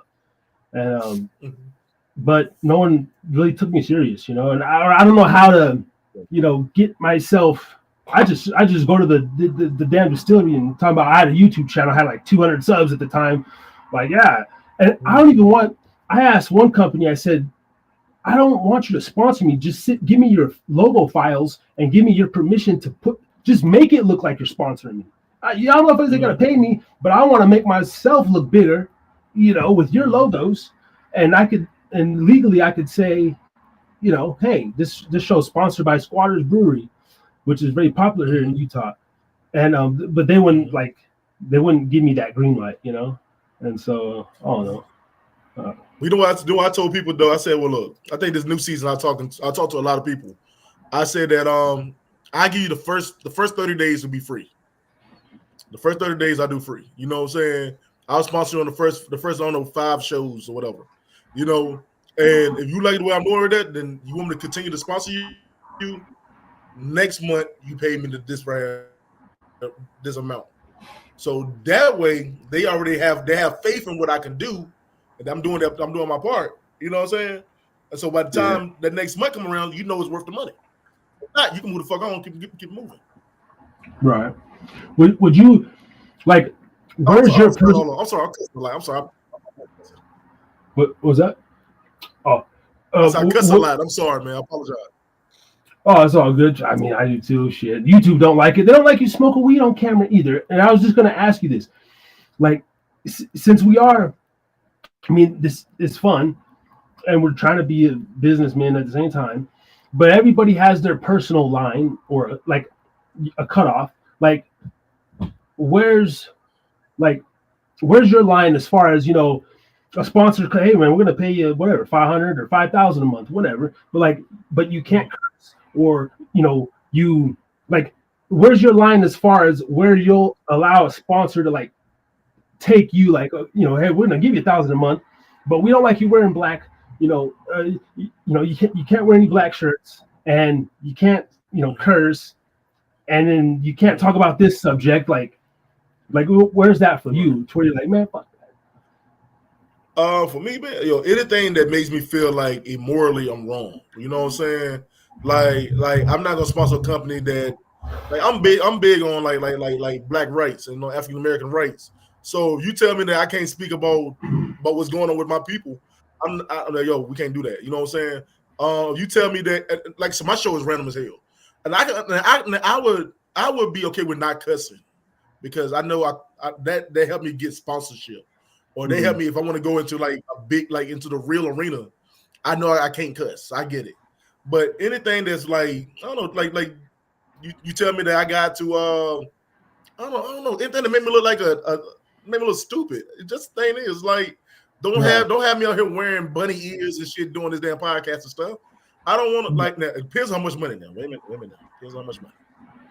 Give me enough money, I probably will put years on. But I don't want to be what's the word, man? Like you ever seen people who be doing like shows and whatever, and they be doing like the most dumbest shit, or they acting stupid, or it's like I'm trying to say the best way to explain it. Well, man, I mean, like cooning is the one word, they're cooning. Yeah, something like that. There's another word, but yeah, like sell out. You know what? I got the best one for it. I got the best example. I was watching this podcast called Reliving Single, right? Called Reliving Single, and there was one lady talked about how that the sponsors wanted her to act more black during her segment. So she was like, what you mean act more black? She's like, you know what we mean, act more like urban. So she was like, yeah. So she was talking, exactly. So she was talking about selling beer, selling beer. So she was talking about selling beer. She's like, yeah, if you want to feel thirst, like quench your thirst, here's Budweiser, right? But then they're like, no, act more blacker. She's like, what is that? So she like, they'll like be like, hey, sister girl, how you doing? I know my baby daddy ain't. That's draw the line for me. I can't. If I ever get to that place, I don't want. Yeah, I feel like that place is like the next step up. Like it's not, that's even, which is a fine line, man. Because we talk about the secret societies, Illuminati, whatever, casting couch, the whatever. Like, there's definitely that door you have to walk through, and it might be the murder door, it might be the booty hole door, it might be the sacrifice your kid door. I don't know, or it just could be like I'm against like the LGBT, whatever, the rainbow, but for their agenda, right? But so I would never probably do nothing like that. But like I could see myself like cooning and buffooning a little bit for the dollar, bro. Like based on where I'm at now and like how I see myself, and I could see myself selling out like a little, but then I think I'm selling out a little, but then that little turns into a lot, or it's very tricky, man. Yeah, but I get what you're saying. Like me personally, I'm for all type of conversations, bro. I want to talk about it all. I want to talk about gay rights, black, white, straight. I want to talk about it all. So I've never been afraid to have a conversation. But for me personally, I don't know. It's certain things I can't do. Like you said, for this next chapter, I don't know. Man, I can't. The booty hole thing is definitely out. Oh yeah. Because this is an exit only. This is an exit only. No, but I don't want. I don't know what. Like I think that's my cutoff line. Once I get to the cooning too, like I think we all got to be. Here's what my thing is. Truthfully, we all coon a little bit for the white folks, and that's the truth. Even in our regular jobs, you got in our regular life, you got the person that's close to the boss and shit. That is true. And I hate to say that. I hate to say that that's the truth because it's called putting on your your professional voice, or you call, what I'm saying, like we do a little bit, and that's the sad part. But I don't want to be overly. I don't know. I don't want to be what people think a black man is supposed to be. I don't want to be, yo, what's up, my nigga, what's up? I don't want to do all that. I don't want to be like, I'd rather just be me. You know what I'm saying? Right. And because it's like, even though a large part of black people do that, or hey, Holmes, the Mexican, it's like that's crazy to but if you're not that person, that would be a very tough sell. I think for me is mainly like I would have no problem with what they're doing. Like I would push liquor, obviously. Like I would promote the spirit, and I would get in bed with the gambling companies. Like I would, like, probably not always, because I do see myself on this kind of cycle, this evolving cycle. But you give me $100,000 or whatever to push DraftKings and all this shit. Oh yeah, but it's marketed towards children, and there's an epidemic of children. I don't give a fuck, okay? Because those aren't my kids. Whatever. Give me the $100,000, DraftKings all day, drink responsibly, motherfucker. Like, and I would interview. I'm with it. Yeah, I'll sleep just fine. Like, but then there's like, all that gay shit, and then not even gay shit, bro. Just like with the women, like, let's say, I mean, there are just certain rituals, or you got to sleep with some CEO of some podcasting company, whatever, and she want you to beat her and choke, just stuff that's whatever is against you. You know what I mean? Is like kind of the definition. So wait. So would you against? So would you be? So you against if a let's say Sirius XM come to you right now, right? And they say, "Hey Harris, we want your show on Sirius XM." But I mean, you gotta do one thing for us. You know what I'm saying? The head of the company wants you to let him play in your ass a little bit. You saying? Oh yeah, no, oh, absolutely. No, but I was saying, like, even if it was a woman though, like not even on the gay shit, like you had to fuck the woman, right? Like, but let's say I mean, you think maybe she want to play your ass. Right, that's what I'm saying. Like, you think as a man, oh yeah, I'm gonna go up in there and hit that. But then you get up in that motherfucker, the door closed, and the shit play out different, or she's into a kink that you're not. Like, she wants you to beat the fuck out of her or something, you know, or like choke her or something, right? And you're like, nah, because I don't know, that could be a form. Or, and then because in my conspiracy brain, I would already be thinking that like, oh, she wants me to do this, but but this is the setup. So 10 years down the road, they're gonna come back and say I assaulted her in the office, you know, and I got my DNA and my marks on it. If I was gonna do anything like that, I'm getting that mug signed in blood. You're gonna make sure. I'm gonna make sure that all eyes are dotted and T's are crossed. Because there's no way in the hell I will ever sell. If I'm gonna sell myself out, you're selling yourself out with me. I'm not trying to get them that. I like if you want to play the game. If we're gonna play a game, we're gonna play the game correctly. So I can't let it benefit you or benefit me. And if we're gonna do this legally, you're gonna have to sign that paperwork just like I'm gonna have to sign it. This NDA gonna be for you and me. Yeah. Hey, damn, that's an interesting thing too. I think I could keep my mouth shut about a lot, bro. But then there's a side of me. I'm not gonna tell the world, but like if you walked in, you know, into that room or whatever, and you seen, yo, I seen homeboy hooked up with whoa, like you're gonna tell, you know what I mean? Like that would be another thing to.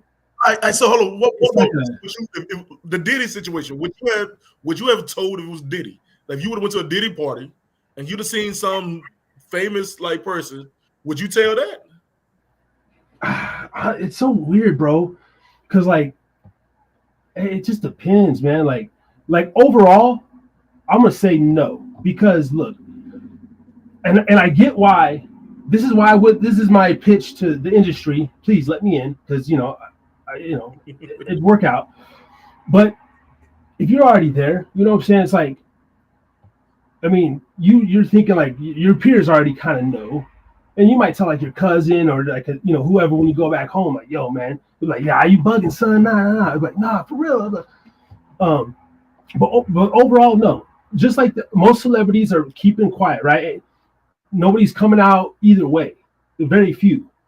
Honestly, that's the way that you should play it, because like, look, even if I wasn't there, if I say something about it, but I play golf with them, right? There's always can be something to get back. So I would probably just shut my mouth, tell like, my homeboy, like one or two brothers or something. But look, I'm gonna be up in that bitch doing all the drugs, freaking with the bitches. So like, I'm not no fake, bro. Like I'll still be in there high off my ass. But you know what, man? I'm gonna tell you real, man. Like I realize now, man. Like listen to Diddy and Epstein case and all that. Sex is a part of the business. Yeah. Sex. I already feel like this in the entertainment industry, whether it be political or whatever. Sex is a part of the business. But the only thing that would make me be like, yo, I'm gonna say. What? Yeah. Sorry. Oh, no, sorry to cut you off. I was just saying, and it's a weapon. Like it's used as a weapon in the industry. Right. But the only way for me to ever have something for me to be like, yo, you know what? I'm out of this shit right here. I need y'all to say either let me go or I'm spilling if it's involving kids. As long as it don't involve kids, I don't care what you do, bro. I wouldn't care less about it. As long as it don't involve having kids in it, I'm cool.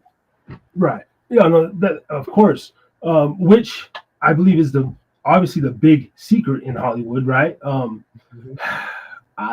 Okay, but let's break it down further though. Go. Let's kind of go into this side. Remember when the whole R. Kelly Aaliyah thing, right? Oh, she was 15, whatever. Or like I can name five of my personal favorite rappers that have even lyrics, or we can go watch interviews of like MC Ren and shit. Like back in the day though, like when you're 18 fucking with like a 14-year-old, that was not that uncommon. Like that was like pretty regular. And then you think about all the, like as grown men, you're in the studio like, how old is you, shorty? Like, oh, I'm 15. And then you hear that Kelly's hooking up with her, like. But I know when you say kids, like kids, but like the industry. Yeah. But even then, like you said, like you right. Sorry to cut you off, bro. But like, if you go back into the '90s, like Aaliyah R. Kelly wasn't the only one that was like known, and nobody gave two damns about it. Nope. Honestly, nobody gave a fuck about R. Kelly and Aaliyah's situation until he got caught on tape with the other girl. But yeah, think about it. Who was it? Aaliyah was one of them. Was it Brandy, Moesha? She was another one. You know what I'm saying? Monica was another one. They all were sleeping with grown ass men. Yeah. And nobody said anything about it back then. Even the white man, I believe Roman Polanski, he's like can never come back to the U.S. He married his stepdaughter, I think. Like he raised. It wasn't his biological, but he raised a little girl. He groomed her, and he married her at like 17. Like moved to Poland or somewhere the fuck he lives. Switzerland. You know, Woody Allen did the same thing, didn't he? Woody Allen, yeah, like it's, yeah. I mean, even Russell with Kimura. You got, all the time I'll be like, I mean, look. First of all, it goes into a personal thing, right, bro? I like women, grown ass women. I don't even like little skinny ass women, bro. I want some women, dog. Like, so that's not gonna be a fucking issue for me. And I'm a father and a lovely boy, and like my duty is to protect them. Mm-hmm. So like, but it would be hard to. I couldn't see like the trafficking like little kids, bro. But like if you're, I don't know, a 15, 16-year-old, and I go to a studio session, and I'm just here to make music, but I see what y'all are doing. I mean. But you have a manager, like I don't know if your parents are there, but whose job is it to even say it? Because it's like that is the industry. It's such a. I mean, unless you see like motherfucking. If I walked in to take a piss and there's like somebody hogtied, but no matter who it is, I'll be like, oh, what the fuck?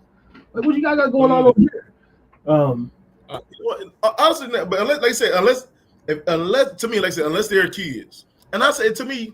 I mean, 18 and below, whatever. But yeah, even then, I feel kind of weird when motherfuckers like 35 dating an 18-year-old. But yeah, but if I would walk, but other than that, personally, I could walk in the room. If you got a motherfucker strung up and y'all freaky, and y'all do some freaky shit, that's y'all business. I'm gonna close that damn door and walk the hell out. As long as there ain't no kids for me, I don't give a damn. The freaky part, like a Diddy party, as long as there ain't no kids in the room, that's y'all business. Y'all grown. What if you walk in and you do see a bitch tied up, but like her mouth, she has a ball in her mouth, but she's really like he really is kidnapping bitches and like raping them, but you know, like, and you know that, and these are grown ass women, you know what I'm saying, like that kind of evil shit.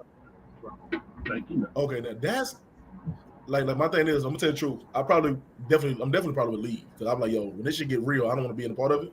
But I probably would be like, yo, I would tell somebody near me like, yo, somebody go in there save these motherfuckers because shit going down. You know what I'm saying? Like, yo, I got like, because when she get real, I'm getting the fuck out. Like, you've been to a bunch of house parties, you've seen it before. When she get real, get the fuck out. And when you go snooping, that's why everybody just kind of minds their business. Everyone is afraid to speak up.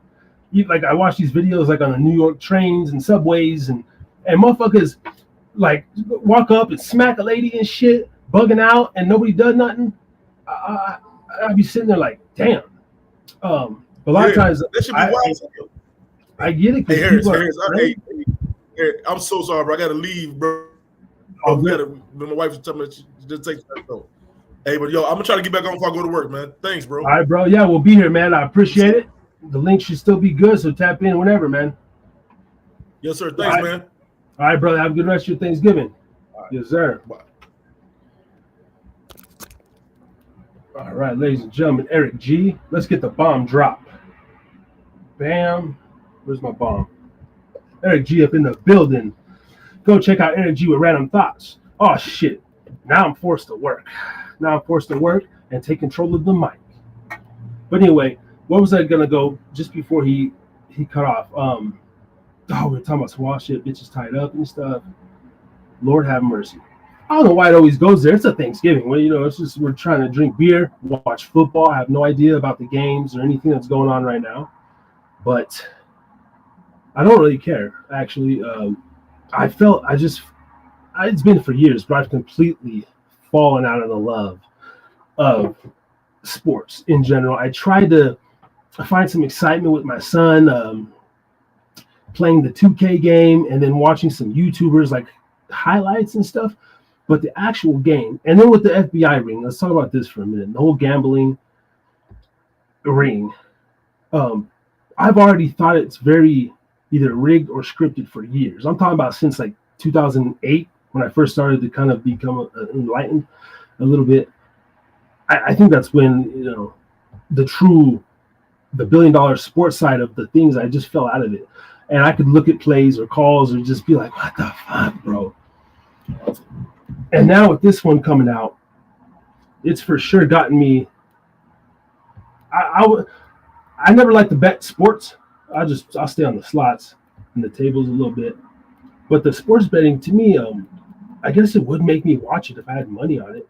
But the game be so trash, and then because you already be getting mad when there's like a slot machine takes your money, and you're sitting there watching the player, and he's supposed to score 20, and he's sitting on 19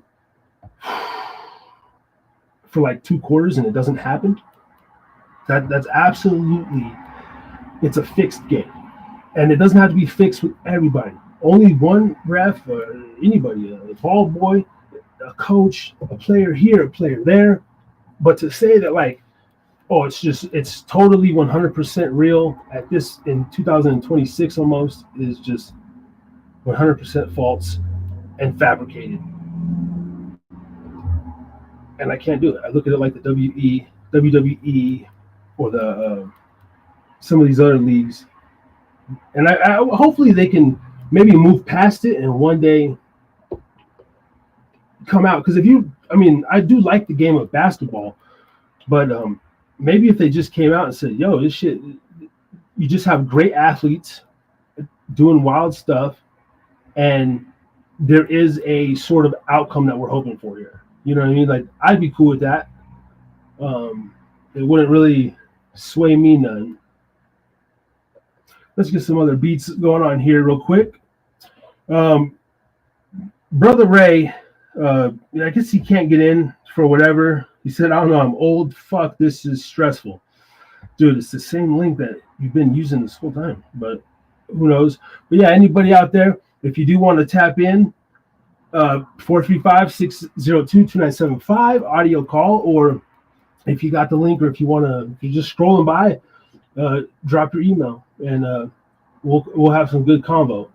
This is totally unscripted. I don't know who's coming in, coming out. It could be just me here for the rest of the damn time. I definitely going to do 8 hours by my damn self.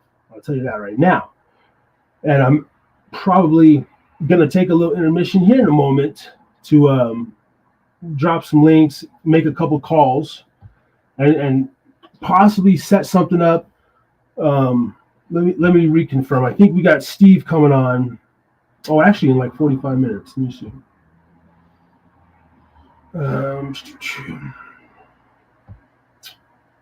Whatever. Yep.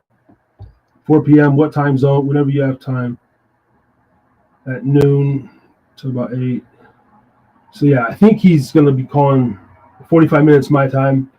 The founder of Gub, Steve Gub. I hope he clicks the link and comes on video. That would be really cool.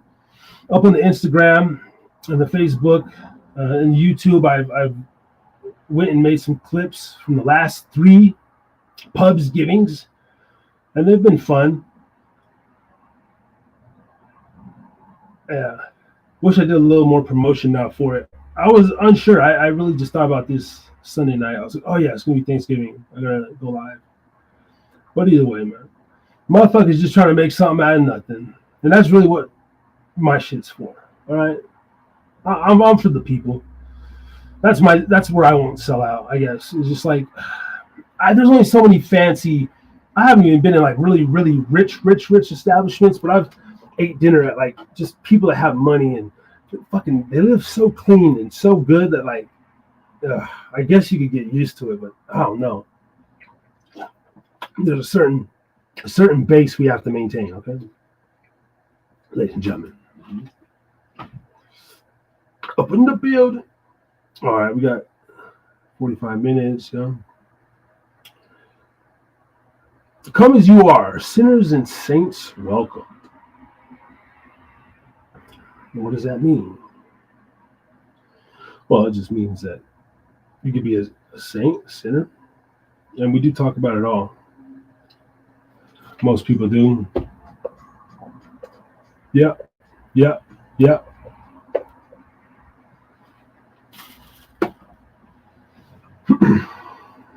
Here we go.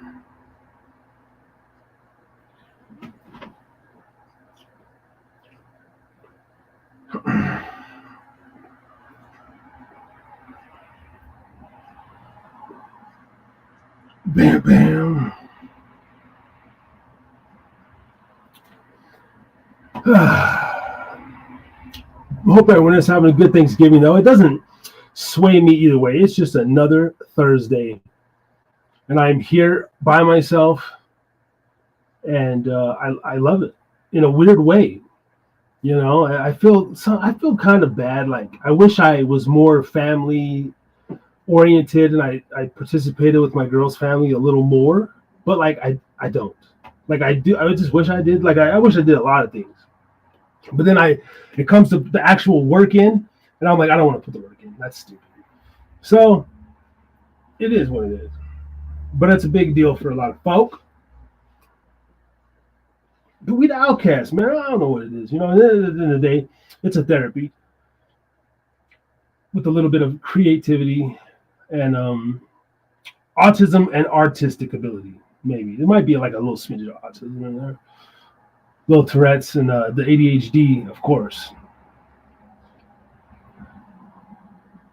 One man trying to do what he can. At least Ray could have hit us up from the treadmill. But I don't understand is how does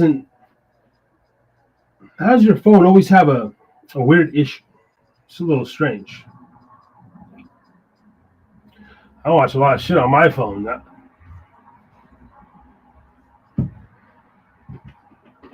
All right, this is a good break song. So I'm gonna just turn off the screen, get up, stretch, and make some text and see what we're gonna put together in the next hour. Enjoy the music, and we'll be back in 10-ish minutes. Ciao.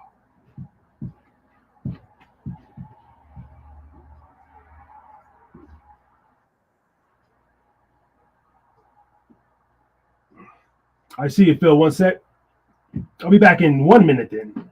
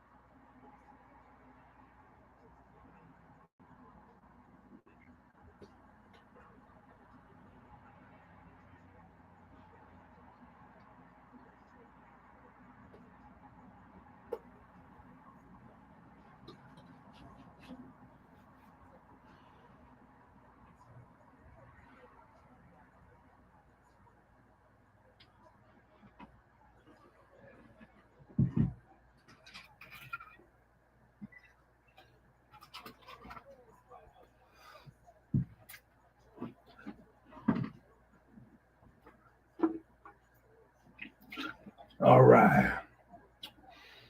Yes. All right. Didn't have to take a long break here. We got our third guest of the 4th annual Pubsgiving Xxxtravaganza, ladies and gentlemen. This man here is no stranger to the Pubcast. He's been on several times before, and we got some good content out there. So, you know how we do. And then, yeah, let's get it going. Ladies and gentlemen, coming to the stage, the third guest of the 4th annual Pubsgiving. He's, I cannot rhyme his name. Ladies and gentlemen, give it up for Philip! Hey, what's going on? Countryman! We gotta get I was gonna call you Fatty Phil, and I was like, wait, no, it's not Fatty Phil. And it threw me off. We get an official. I am in the midsection. Bro. Dude, you look like Kenny so much, bro. With that fucking. I know. Yeah. That's the trip, man. That's crazy. Wyatt. What up, Wyatt? Hi. How you doing, buddy? Welcome on the Harris's Drinking Again Pubcast, young man. I'm sick. Oh, my son has been sick the last few days too. Well, he's had a cough. Yeah. That's rough. Yeah, it's pretty bad. Well, but he's still a fucking hyper ball of caca, you know. But yeah, how you guys doing, man? What are you just hanging out at the crib and doing the? Oh, got some friends coming over in a little bit. Getting the turkey out the smoker here in about half hour, and that's about it. What are you doing?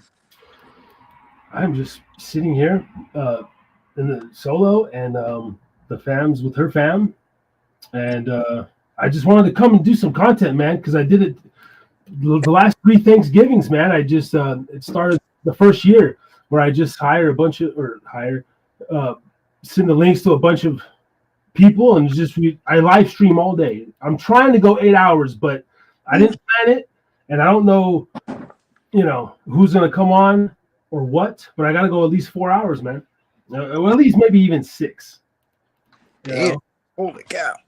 But it's a lot of content, But I don't give a fuck about Thanksgiving, man. I just don't. I just I just don't. I don't know. I'm not that. So it's just you at the house then? Huh? Yeah. Well, if you want to come over, man, we got dinner. We're going to start around 5. Okay. So you're more than welcome. Yeah, I appreciate it. I know Janine's going to bring I'm going to have hella plates, coming back and stuff and everything. That's kind of the first year when me and Beeline and Steve and, I thought of the concept. It was like a satire.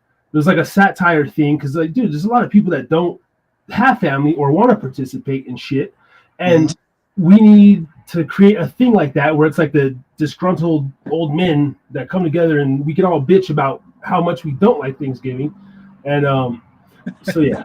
But I don't know. But I didn't even think about it until like this Sunday. I was like, oh yeah, I got to stream today, and just make some content. I stopped hanging out with family for Thanksgiving quite a few years ago and just started inviting. It started with bringing friends over, and then for a while when I was still in the Army and I was in a leadership position, any of my soldiers that didn't have families and stuff in the area because they're from out of state or whatever, I'd invite them over and I'd make Thanksgiving dinner for them. Okay. And then it's just kind of kept going with my buddies coming over every Thanksgiving with their families and hanging out, and so it's more of that Friendsgiving thing that everybody mentions. It's more of that than anything else, because obviously I'm not thankful for white people coming and ruining shit for the natives, Yeah, that's weird, right? Wife, but because she's Mexican and I'm white, so it kind of worked out in the end. But not the friends thing. I guess in Vegas, I have most of that. I'd probably be at my boy Mikey's family's house. It's kind of like everybody goes there. Super non-formal. It's like very nice, but non-formal. Just grab a plate. Well, there you go. And everyone's hanging out, backyard, front yard. But of course, here in North Nevada and here in Utah, we really don't have that. So that's all it is. Friends come over. We don't pray or thank anybody for anything. Just hang out and have a good time and catch up. That's about it. That's cool. Yeah. Man, keep the dribble small, that's how it's got to be. I don't know. I know for Christmas I'll be doing the same shit. There's nothing going on. We hang out in the morning and then she'll go to her family. Yeah.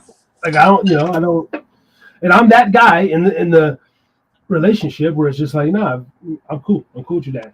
I like your mom, but it's just, there's nothing there for me. So I don't know. I gotta find like fucking. I wish it was like a whorehouse nearby. See, in Nevada, I would have no problem. After this, I'd stream and I can go fucking philander around.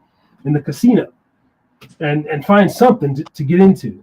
And I can't do that here. So, yeah. You always head out over. Yeah, but well, we might be going there Saturday, low key, just because Alicia had a friend come to stay, so we gotta take her back. We're gonna meet halfway or part of the way. So, but I really don't want to go back to Nevada. I do miss gambling, but no, it ruined me. It fucking ruined me. Yeah, the place, to be honest. Like we went there for the weekend for our honeymoon, but it's kind of lost its luster. It's extremely overpriced, and because corporations and the private entities that owned them, and then jacking up the prices, trying to nickel and dime everybody for every little bit that they can get. So I mean, now you're paying like $75 cleaning fee. Like if it wasn't for the fact that our hotel room had been paid for because it was a free military deal or something like that my wife had got, it would have been stupid expensive. The room was like $300 something, and then cleaning fees on top of that and everything. And I was looking at it as they were bringing it up on the computer when we were checking in. I was like, holy crap, I'm glad this is free. Mm-hmm. It's ridiculous. Yeah. Oh yeah, that's like the theme. I've been watching a lot of YouTubers about Vegas right now. The just how they overprice themselves. I mean, I guess from what one CEO was saying, they did that on purpose. Like they only want the wells. They want to get the fucking people that actually make this country run out of there, and just only have like wells. But now the wells are, you're a well, you can go any fucking where. Why would you go into the middle of the desert in fucking Nevada? Like that's That's what the wealthy are doing here in Utah too. Freaking Park City, Huntsville, all the ski resorts and everything are all being priced out of middle and low class. And like Powder Mountain used to be the best ski resort ever. I loved it there. Like it was they made it to where you could only buy so many tickets a day so that there wasn't so many people there that it was crowded. Now the Netflix guy fucking owns Powder Mountain, and unless you live on Powder Mountain, you can't go there anymore. So it's only for the wealthy people that can afford a house up there, and that's it. Oh shit! I didn't even hear about that. That's bullshit, man. And that's the one right here in Ogden, right? Like it's just right up the canyon. Okay. Yeah. Damn. Yeah, across the valley in Ogden Canyon from where Snow Basin is. And he actually bought it, like the ski resort. So he just and it was just a couple of years ago too. Like right now they're in the middle of completely privatizing it. So if you don't live there, you can still go ski there, but only on the night side, which is one lift, and it's like 2 or 3 ski runs, and that's it. And it used to, when you used to go up there for night skiing, it was $20, and you ski from like, I think it was like 3:30 p.m. or 4:30 p.m. till like 9 o'clock at night. Now it's like $65 for less time. I think it's like 5:30 to 8 or something. So it's not even worth going up there anymore. And I've sat in the garage for years just because, like, I'll go once, maybe twice a season with Wyatt, and that's about it. Yeah, damn, dude, the fucking rich, bro. Like, they fucking. I mean, hey, great, you're wealthy, but dude, I don't know. Maybe I have a better heart, than I wish I had the money to really show how big of a heart I have, though. I really do, because even sometimes Jeannie's like, she says I'm an asshole, like in public and stuff. Like, I don't know. I'm a nice guy, and I'm always cordial. I might look a little grim or something, but like, I just don't like to start conversations unless they're on my podcast. Yeah. But if I was that guy, because I mean, Powder Mountain, to my knowledge, fucking Grandma Terry probably skied there when she was a little girl, right? Like, everybody skied there, right? So that just seems wild. Like, okay, I'm gonna buy this mountain, but like, can I maybe purchase another plot of land for like these peasants over here, or just something, like they just come in and take. And I remember going up there. The poor people too, or they're gonna revolt eventually. Like, fuck. Yeah, you gotta throw some bones to the fucking gremlins down here, man. Yeah, I remember. I think during the pandemic, we went up there pandemic was in the summer. Well, whatever the fuck. It was probably in the winter of 2000. Yeah, it was during the pandemic that because that shit lasted for 2 fucking years. So we went up there to sled. It was closed, but there was just like one little stretch. And you just walk up and go sledding, dude. And there was probably like 50 people out there, bro. It was popping. You know, everyone's bored as fuck. And but wow, just fucking own that. That's crazy. Yeah, well, if you want to go sledding this year, let me know. We have a couple of spots that we go. One up by Snow Basin. There's one, actually two spots just right here next to my house. There's one by the middle school with a pretty good hill, and then one across the road that Wyatt absolutely loves, and it is steep and fast, and he bombs down. So when it snows, I'll give you and Dakaria holler. Hell yeah! Are we gonna get any snow? I mean, what's it look like? A late winter? I don't know. Like it seems like it's up on the mountaintops, and we had a great start in early October, and then nothing. Nothing. I'm still wearing shorts. Me and the car are outside throwing the football. He's got shorts and a t-shirt on. I tell him go put a hoodie when it gets like dark. Like put some pants on. But during the day, it's just warm. Like I'm a hot-blooded guy, but like it's like unusually warm. Like in the morning before Thanksgiving break, I would still take him to school, and I'm in my shorts. I'm like, something's off. Something's a little off, you know? Yeah, it's that global warming hitting us, man. Freaking, it ain't getting it. It just gets worse year after year. Yeah.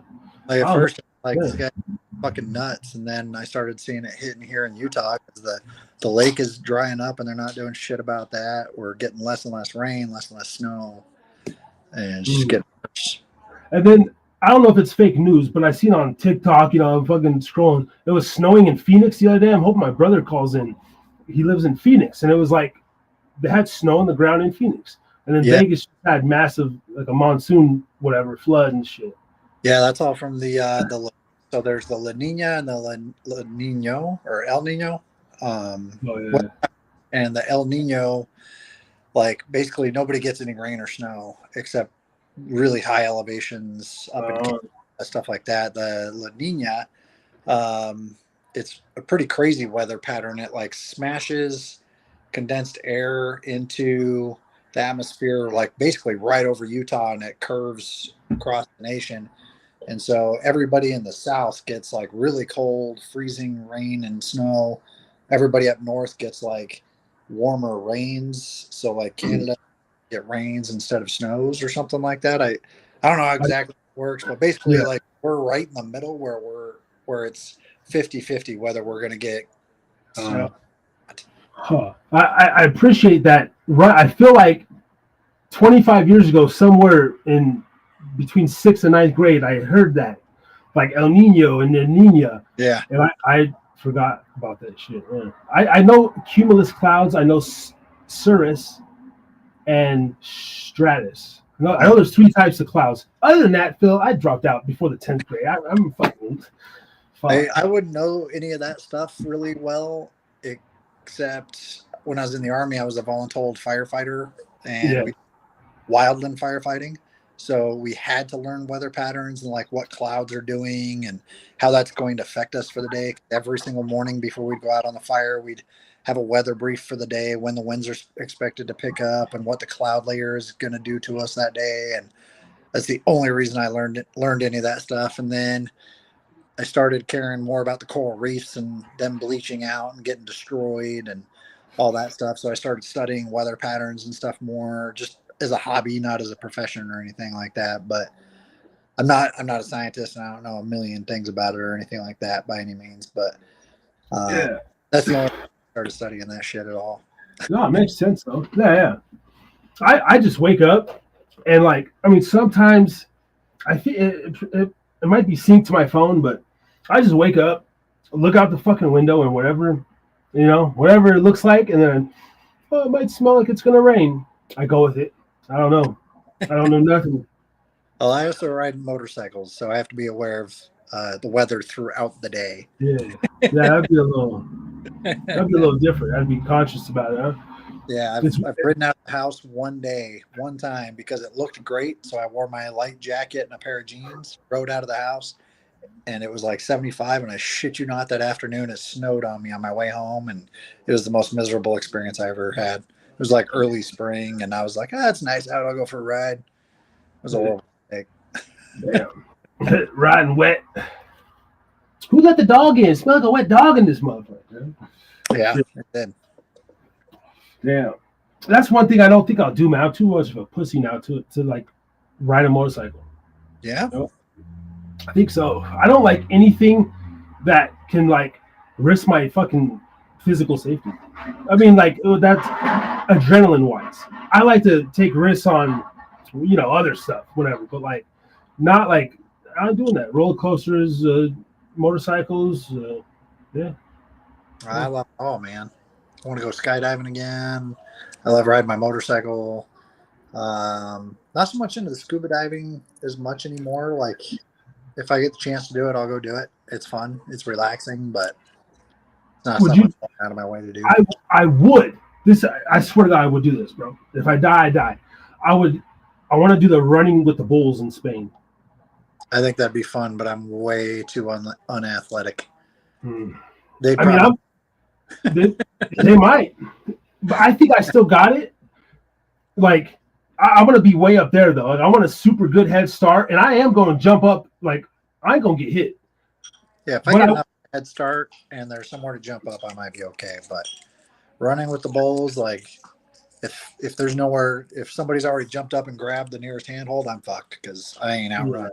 Yeah. That's probably the wildest shit I would just risk it on. Like, if you said like, no, let's go do it, I'd be like, all right. Oh no, I feel like dying, like getting trampled by a bull. There is some like validity, like balance to that. Like, motherfucker got trampled to death by a bull. Like I would get super like do the same thing with buffalo. Oh, I can go out to Antelope Island, smack one on the ass, and run back to the car. Shit. Yeah, some of the funniest stories I like seeing every year are the asshole people that go to Yellowstone and get trampled by their dickhead and go out and try to touch them or get a selfie with them. It's funny. I love it. Yeah, that kind of shit. I feel like because the sanction of the bull, it's so the running of the bulls is so sanctioned. It'd be okay, and I could say I did it. Maybe like live stream. I'm sure someone's done that at this point. Run back, and I think that'd be really cool. But other than that, man, I don't know. Just and I don't have no health insurance, bro. Like I've rarely ever had health insurance. I might keep it for like 6 months on a certain job. The whole time I worked at the airport, I never paid for it. Like I'm starting to think about shit like that now, and it sucks. I mean, I'm still healthy. I'm fucking perfectly fine, but I'm just like, damn. As you get older, you're gonna want it, man. I know. I know. The little thing, like even little creaks that were like happen. I'll be like, well, if it did turn into something, it would be good to like go get a check just in case and not pay the fucking I just had to go get a shot in my neck 2 weeks ago, and I'm getting another one this next week because I found out I have arthritis in my neck because like last month and a half, like it's just horrible pain on the left side of my neck. And so they're going to go in after this second round of shots, and then they'll actually go in and burn the nerves to deaden it so I don't have pain anymore because it's like debilitating. Like the hour of the day is just sitting there with a heating pad on my neck just so I can get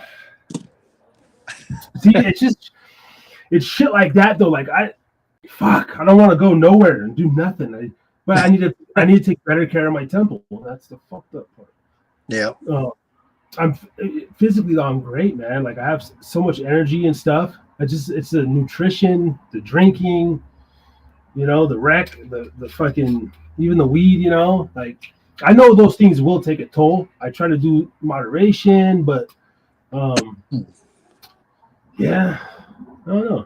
But then even like Brother Ray, who can't get on at the moment, he's got a couple issues, but like he takes very good care of himself. I see the motherfucker do a backflip on a trampoline, like that's pretty cool to do at 58 years old. Yeah, I mean? I say he's getting up there.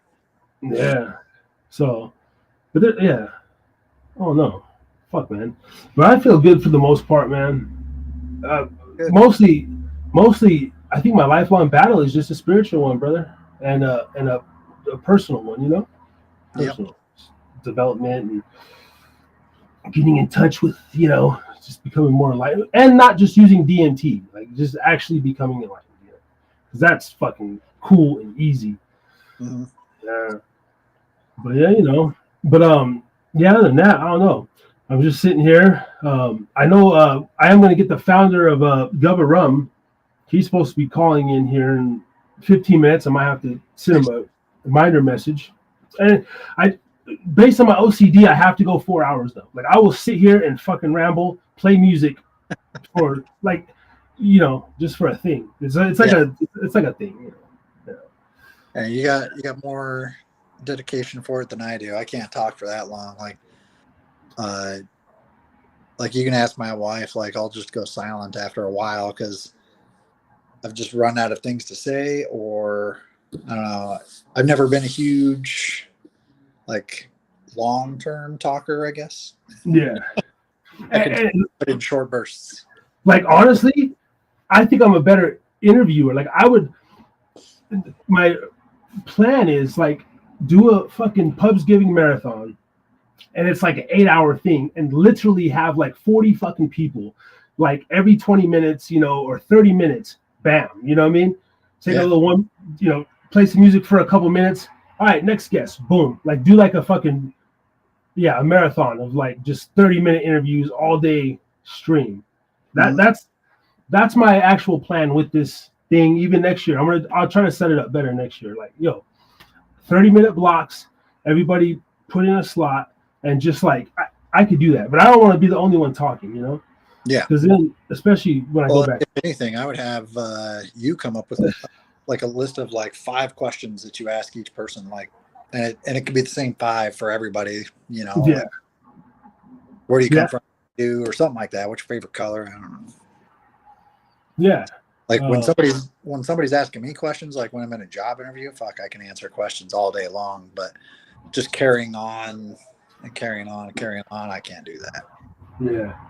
Yeah, it's kind of a skill, but it's because I feel like I'm trying to get hours in at just behind the microphone, and I've been doing a lot of clips, right? I kind of got burnt out doing live shows.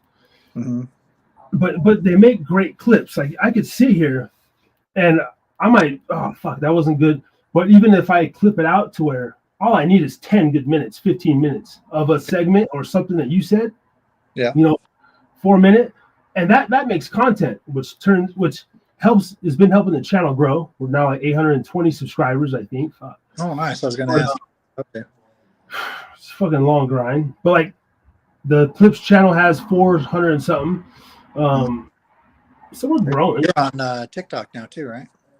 Yeah, but TikTok is fucking weird and sucks. Like, I don't know how people. A ton of viewers on there though, man. Freaking, all it takes is 1 or 2 people to like a video, and it can take off quick. Well, that's what they say. If they hate it, as long as you're getting the views, who gives a fuck if they like it? No, that's true. But I know TikTok, they have the promote to where you could just like. You can like literally pay to get famous. You know what I mean? Like, and which is kind of weird. Mm-hmm. Which is, it's just paying to promote the video, but you gotta have deep fucking pockets. Like, I mean, I tried it the other day. Like I think the minimum was like $8, and it said you can get 800 to like 1.4K views. I paid the $8, and I probably got like 1,100, but no fault. Like nothing came out of it. I don't know. It's weird. Shit. And my wife posted a picture of me and her standing right here at the kitchen counter of us both in uniform. And because I outranked her so much, but we were in different branches. Yeah. Which people didn't care that we were in different branches, but that one picture got like 30,000 views or comments or something like that in like 48 hours. It was stupid. And like there were great comments like, oh yeah, look at them too, they're doing great. And then there were comments like, oh, the first sergeant's fucking banging the lower enlisted, like, oh, what a piece of shit. And like, but who cares, because it was still viewers. Like they still looked at it. So views. So negative views are still views. No, for sure. And I definitely I just post clips too. That's why I'm in a little process of like, what the fuck do I really want to do or what's the next phase. And I kind of got it narrowed down as far as content, you know. Recently, I have posted stuff that I filmed in Reno and some of it out here, like interviewing people on the street. And then Ray was with me, and he was filming me behind the bar, you know, mixing up some shit. And those had like better views and comments. Like on Instagram, I got one that was like 4,000, which that like never happens with most of them. Yeah. And then like on YouTube, I mean, I'm struggling, man, but I'm happy because my little ass, if I can get anything over 1,000 for like a short, it's like people laugh at that. But you know, I think it's pretty cool, man, for being consistent. Because like I'm getting about 50,000 views a month, you know, whatever the fuck that means. I just want to get to 1,000, and I want YouTube to just tell me I'm eligible for monetization. I don't even want to be monetized because I don't give a fuck. Because they're gonna 10 cents anyway. But I just want to get 1,000 subs, make cool content, and then, you know, transition into whatever the fuck I got going on. But I have to sit here and do this, you know, for now until I get the Ray-Ban the Meta glasses. Yeah. And then you're gonna see the content game like kind of pick up.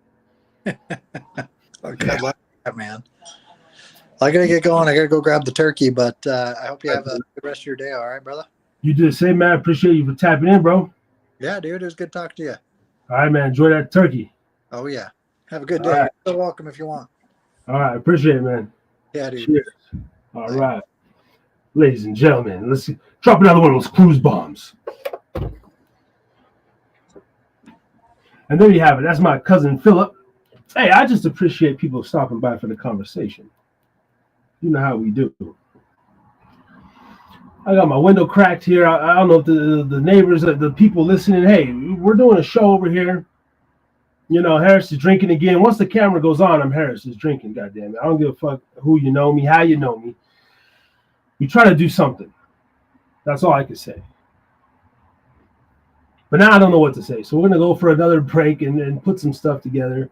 And I'm going to send some messages to everybody, and we'll be right back.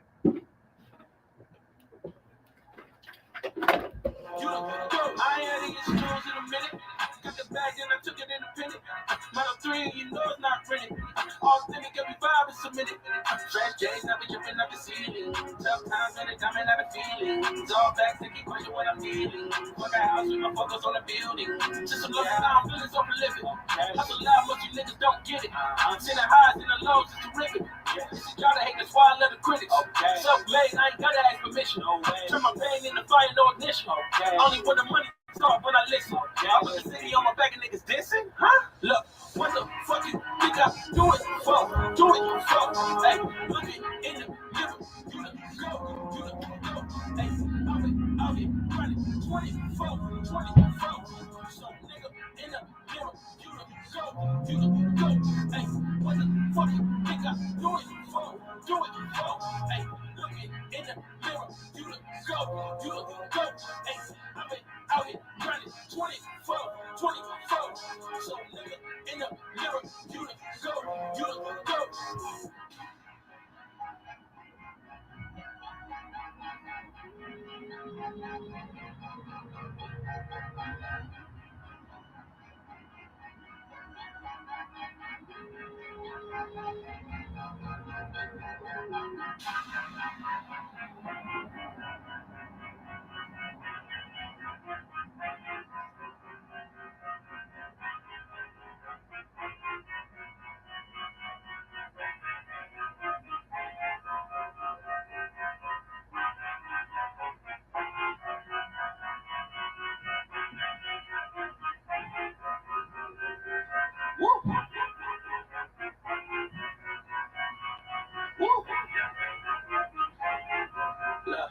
I just been keeping my boys, made by the million, but still unemployed. They text me about green, but not on Android. She not my shawty, she filling the void. I make the sounds that cut through the noise. He think he a man, but he chilling with boys. Put down the liquor, start drinking liqueur. The pain was a choice, but now I rejoice. My uncle had told me that I was the one. I played that she snorting out my bracket and dumb. Lil' shawty had hit me, said she wanna come. Her dress is just black, but she not a nun. I told Pasadena, cause that's where I'm from. Some bangers, some hoes, for guns, they scheming for riches, they playing it numb. I'm stacking I win because I'm second to none.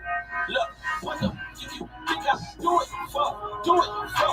Hey, look it in the mirror. You the go. You the go. Hey, I've been out here running 24. So, in the mirror, you running.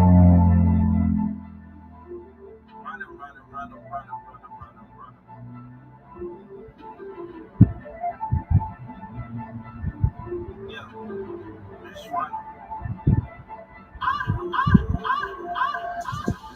I'm on the Vaseline. I go so hard just to fuck up my enemies. Don't even miss them. The senses, the remedy. Ain't for that time, but my do them like Kennedy. Mixing champagne with their Hennessy. They ballin' nobody. Niggas is winning leagues. Like any limits, I came up with simply. Yeah, I don't associate. No, we can congregate. Focus like number 8.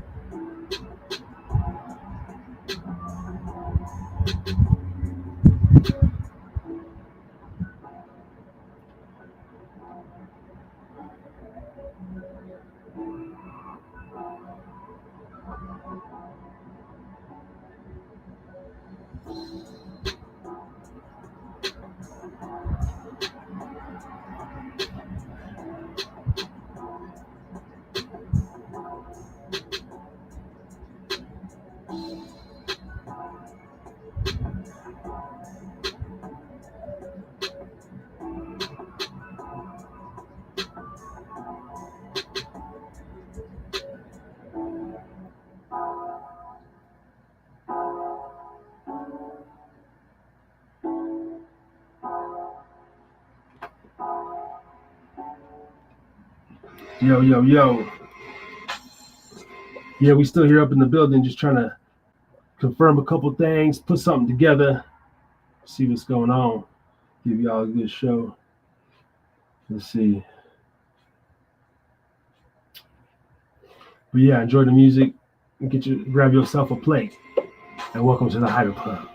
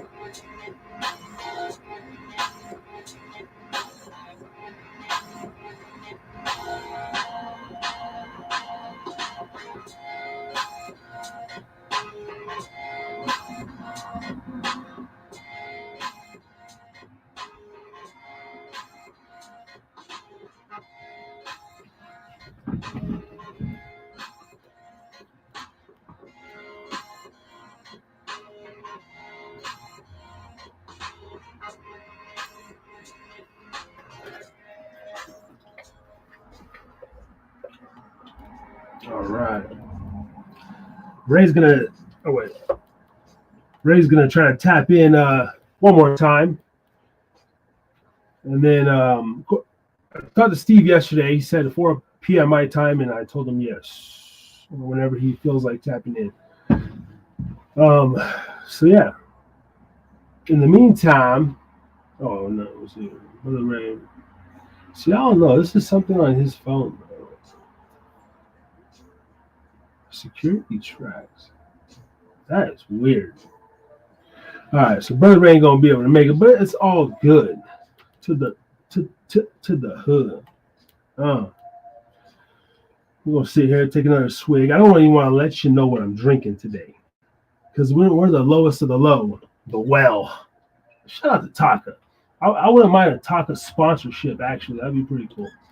You know, that'd be pretty cool. A little Taka deal.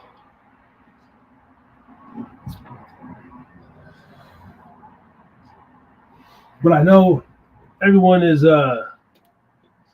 people are with their families and everything, and like I said, put this together last minute. I'm trying to go a 4-hour live stream. What was the record? I think the second annual was a 7-hour and 56 minutes, I believe. I think that was the record straight. And then we did one that was like 4 hours. Yeah. But we got another hour to fill here. So we got about 10 more minutes. And then Steve's online, but he's not confirming that he's going to come back. So if he doesn't, we'll see what happens. Anyway, if we have to come back in the evening time, we can do that too. We can take a break. I just want to get some content and get up in the algorithm and get some microphone time. I'm trying to make a name, trying to make a brand, trying to find somewhere to take a stand. The freestyle gods don't want me and Ray to link up today, because that'd be music making menace. Yeah.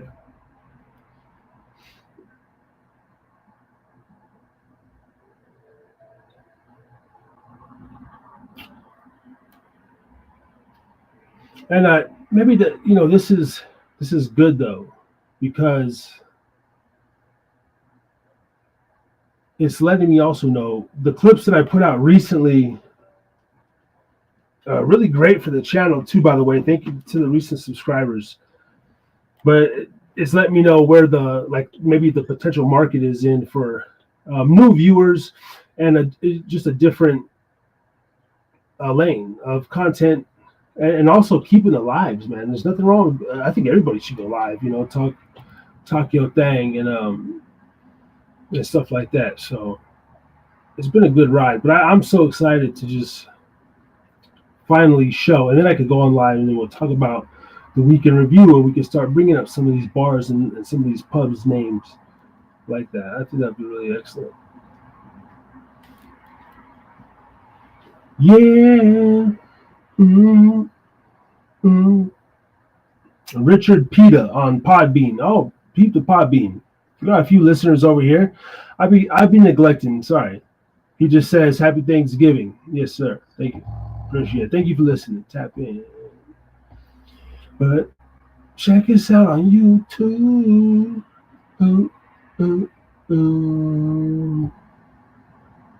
Yeah.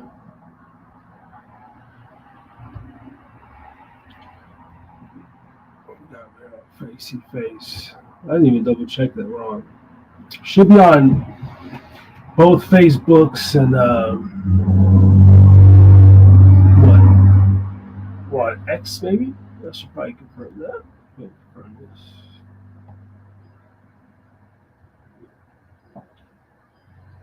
Why am I'm not seeing that I'm live on my YouTube, huh? Or I mean on my Facebook. Why? It's not going live on Facebook? Oh, because it's in the group. Is it? No? What the hell? No, I see my video on my shit. Yeah. Not even. That's trash, bro. What?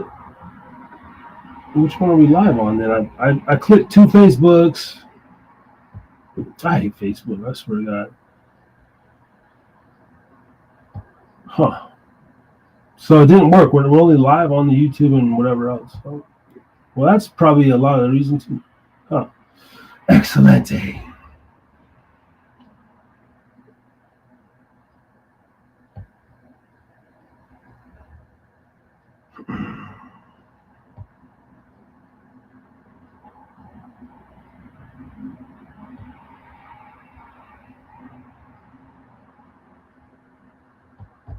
Let's see.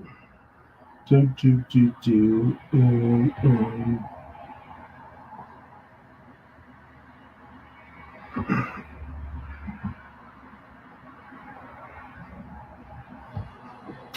wonder, can I call? Let me see if I can make a call. We'll call Ray on Messenger, and then I can share the screen. I guess that's as fucking good as we're gonna have to do. Do some modifications here. Let's see. I'm just gonna try something. Bear with us 2 seconds here.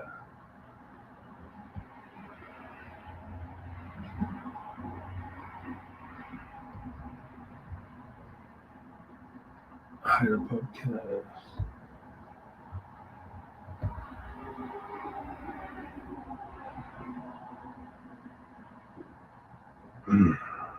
Let's see.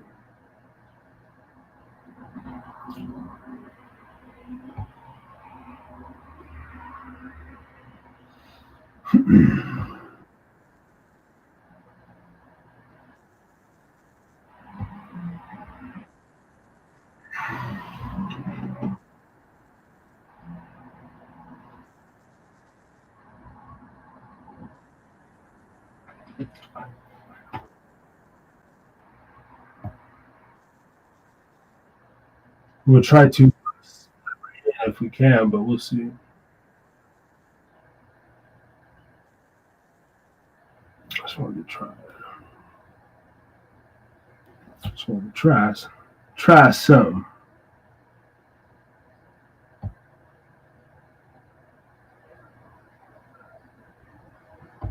Well, how do we get into this lo-fi shit? There we go.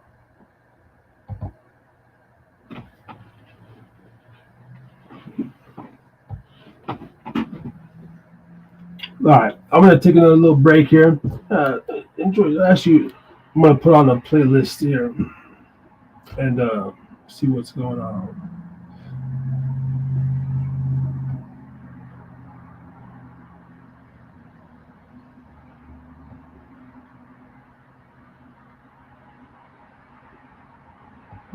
Playlist.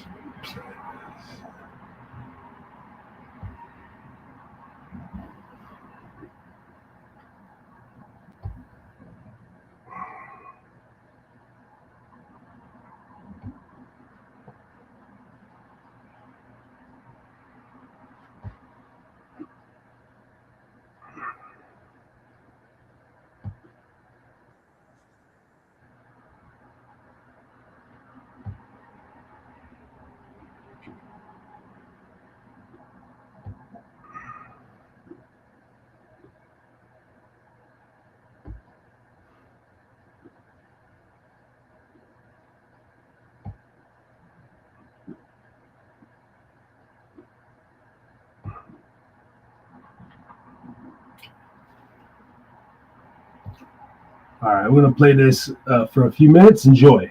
We'll be back. Pubsgiving. Yes, yes.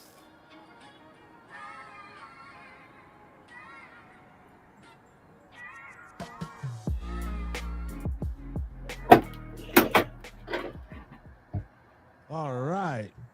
All right. Harry's drinking again. Tomorrow. Welcome to the Harris is Drinking Again podcast. Harris, my boy Ray. Again. Friday night edition. Let's get this. I love candles, so we gotta light this And the red candle. Oh the red man, candle. feel a little romantic, some true bromance, brother. Well, it is True. Valentine's weekend, my brother, and you know, here in America, we participate in everything paganistic. Well, you know what? Yeah. Well, you know. We participate in It's- every corporate holiday. Yes. Yes. Shout out to everybody though. Shout out everybody that's gonna be watching this and everything. And by the way, my brother, tell them what is the topic that we're gonna be talking today. First off, this show tonight is sponsored by Bullet 95 Rye. Lord Almighty. Bullet 95 Rye. Shout out to the Bullet Distillery. Maybe I can get a free tour, man. Harry's drinking again. Just lightweight. I really don't want to drink too much tonight.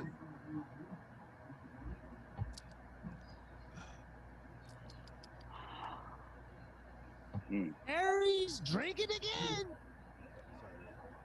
My friend Ray here hates that. But no, I like the way it's Harry's drinking again. I like that. I'm just not a drinker. Kids, but don't drink. Drink responsibly. Please be over 21. Today, Ray, Web 3.0. Amen. Man, oh man, oh man. Is the discussion? We're gonna be talking 100%, my brother. 100%. In fact, you know what? Hold on one second, because I'm ghetto fabulous over here. That's my choice of style. I know you've been reading out all day. I have a little something pulled up, you know, also to go off of and everything. Okay. To fill in maybe what you know. Really? Okay. You know, I'm doing a little research over here, getting my journalism on, and make sure my facts is straight. If I could say real fast, I'm reading here, real quickly, difference between Web 1.0, 2.0, and 3.0. Good topic. According to singlegrain.com. Please talk about it, please. This is the source. Web 1.0 is a read-only web where people can read information written on websites. Web 2.0 is a read-write web where people can read and write content on websites and applications. Wish I had a drum roll. Web 3.0 is a read-write interact web powered by artificial intelligence where people can read, write, and interact with content, including 3D graphics on websites and apps. Can I add something to that, my brother? Please. Okay.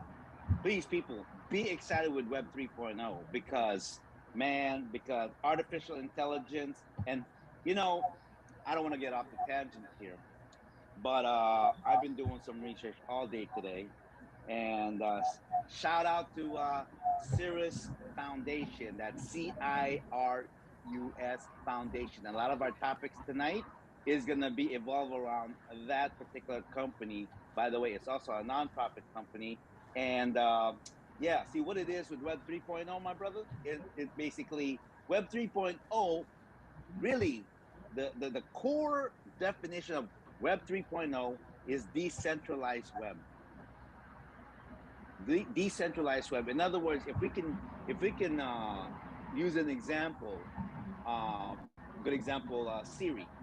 You know, the reason why, because Siri has that speech recognition and artificial intelligence. It's and also Web 3.0 is using the blockchain. It's decentralized, meaning that let's put everything together here, okay? So lately, have you been keeping up with our inflation rate?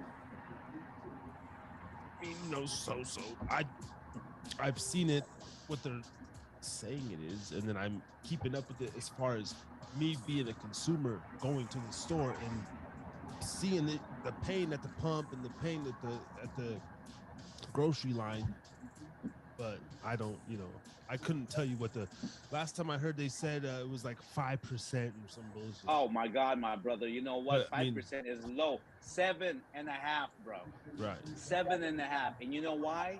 Because whenever we print money, inflation rate goes up. Now, in the past, we used to leverage that. Maybe it still is a little bit like gold. Like whenever inflation rate is high, gold is the value of gold because it replaces it, right?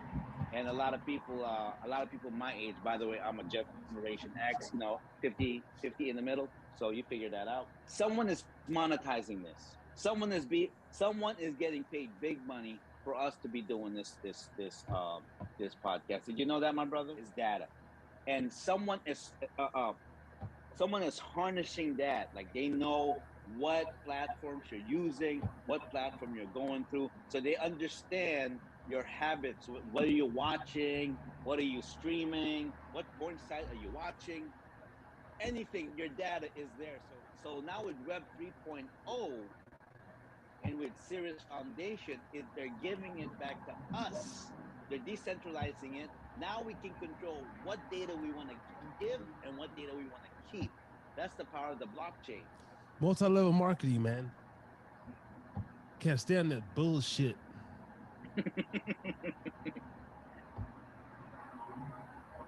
I don't like the way they do it. First of all, I don't like the way they market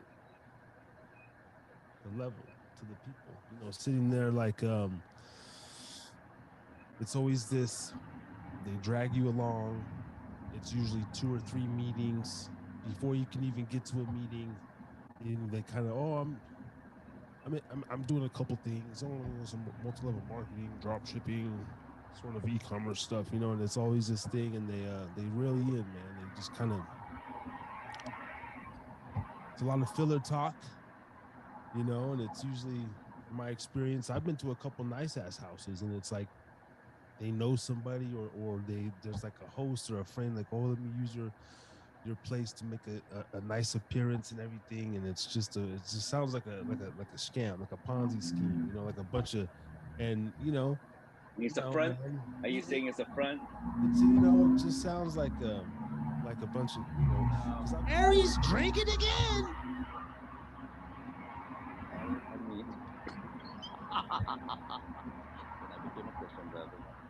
Okay, but now that we're on that topic too, can I chime in just 1 second? Not in the whole Jesus thing and stuff. I don't want. No, please, you already did that. No. We're gonna keep it nice. Right, we're gonna keep it nice. Okay. Shout out. I have to do this too. Shout out to Alaskan Brewing, and so I don't get sued. I want to give everybody their props, man. Alaskan Brewing. Their amber. I'm telling you, Ray. I'm really like a connoisseur, man. When it comes, you have your water filtration, my brother. Now I need some of that water because I'm gonna start Harris Distillery. Okay. And I don't know if that necessarily that's the name, but the Harris is Drinking Again Brewery is brewery and pub. The Haida Brewery and Pub is a real thing. And this amber is very good, man. Alaskan Brewing Company, man. Because do it. I mean, let's yeah. You can still serve the beer, the gluten-free beer, and all that shit. Certain things, ciders and seltzers, and I'm not into that. We'll have somebody look over that department. Yeah. Why not? Yeah, absolutely. And this is not. I'm not one to just overly promote stuff, man. We can all enjoy a good old American mother. And then if anything, I gotta fucking put it on my. Shout out to just America, goddamn whiskey. I can do a fucking stream if I want to, but not to go into your. I don't know if we invented all that shit, but whiskey, apple pie, and baseball, and man, you know what, man? The whole Americana feel, man. I love it. I'm gonna fucking generate a new link. Have a different topic. Well, I don't know. No. We're getting ready to go to fucking. And will it? That's the question too. Over there. Or will it eventually? And how long? This is bullshit, man. I'm looking on the singlegrain.com. Yeah. It's the source. Web 1.0, I guess, was created in 1989 and it says to 2005. Well, remained active until 2005. I don't know, man. And then apparently Web 2.0. It says here, I mean, 1999 in the instructions, it says like recommended browsers: Google Chrome, Danucci PC, first Mac, coined the Android, term or Safari, Web iOS. 2.0 in 1999 in the article Fragmented Future. Mm-hmm. Shout out to Darcy Danucci. And then it's asking me to go to Streamlabs and then Studio and Please open the link. apparently we're just the Web 3.0 has been here like since 2012, got that fucking 12, or use and a different of device. course these big tech companies have just took it over, monopolized. But it seems like this or Web 3.0 2006 ongoing. Web, this link. the Open term Safari. Web 3.0 was coined by You try to open Safari and nothing. And I got okay. A good example is you. Let's tell the whole world. How were you able to buy your podcast system? Not just your podcast, plus your recording studio. How did you get that? Dogecoin, Shiba Inu. It went up. It ramped up for, you say, a month and a half? The next thing you know, I'm sorry, man. I can't do you shorted it, shit. got the money, boom, bought your equipment. You're the living proof, my brother. Now, do we know how we do this? See, I'm already tired of talking here I don't about know. it, and I'm sure that's one thing about the It ain't my talk studio. how, Everyone else got all fine. how today, tonight, what the fuck do I get? Like The pub gods. this, I freestyled that earlier in the first segment. how I said why the hasn't freestyle gods is don't big want tech us today is because it'd be. are the rich trying to keep this knowledge fucking But it's all suppressed good. so we don't, because And then I don't know what's up with Steve. I'm really just trying to I mean, hang on until Steve. Even Steve's supposed to be calling in and almost like confirm that's why yesterday. we're so programmed, and it makes me be more of a so-called conspiracy theorist, because this is the type of information that, if so, this He's is just gonna call. chains to break free, I hope he can get it, right? but he said he'll just call. Basically control I our said, yeah, own just call future, him. our own data destiny, right? And let me read I don't this. know. Look at this. I mean, Advantages of Web 3. even on I assume it's the same process as Web what's 3.0 the will other make one? web Fucking- more intelligent, secure, transparent, whatever the other company more is, like when I efficient go on beat browsing and with shit, effective same thing. Just, machine-human interaction. and you don't have a VPN or Data- anything like going like on your Data, number phone. one, data privacy and control. Number two, seamless services. When the data privacy and control, encryption will be unbreakable in any given circumstance. It will prevent. But yeah, I just wanted to call you and just see what's up. I'll probably just go a few more minutes and hence users fucking will gain complete ownership and call. privacy Try to do like over a information. 4-hour Two, thing, but seamless service. I ain't got shit to say. Decentralized data storage. It's like I was saying. If I was there, you know, we'll figure Additionally, Oh, yeah. no entity or government organization will have the ability to stop any services or websites. Therefore, the possibility of account suspension and denial of distributed services will be reduced. Meaning, I've had this service since the beginning, bro. Same thing. and talk our shit, and it won't be considered I don't know. Yeah. Transparency. I mean, I can do the thing on my phone to where I'm doing my own podcast. It will I track the can do data. that shit. I There's a can code, do my own streaming, but why can't I open get into your channel and hop on? accessibility to data. I don't know. It was weird, bro. Something Ideas to Something So new then was you can allow me to co-host or some shit? worldwide, allowing now it has nothing to do with that. It's just a guest link, bro. access data. John came on in 2 seconds. Like, Exactly. just click it. Fuck this shit, man. This is frustrating. It's just Restrictionless platform. Yeah, we just done, bro.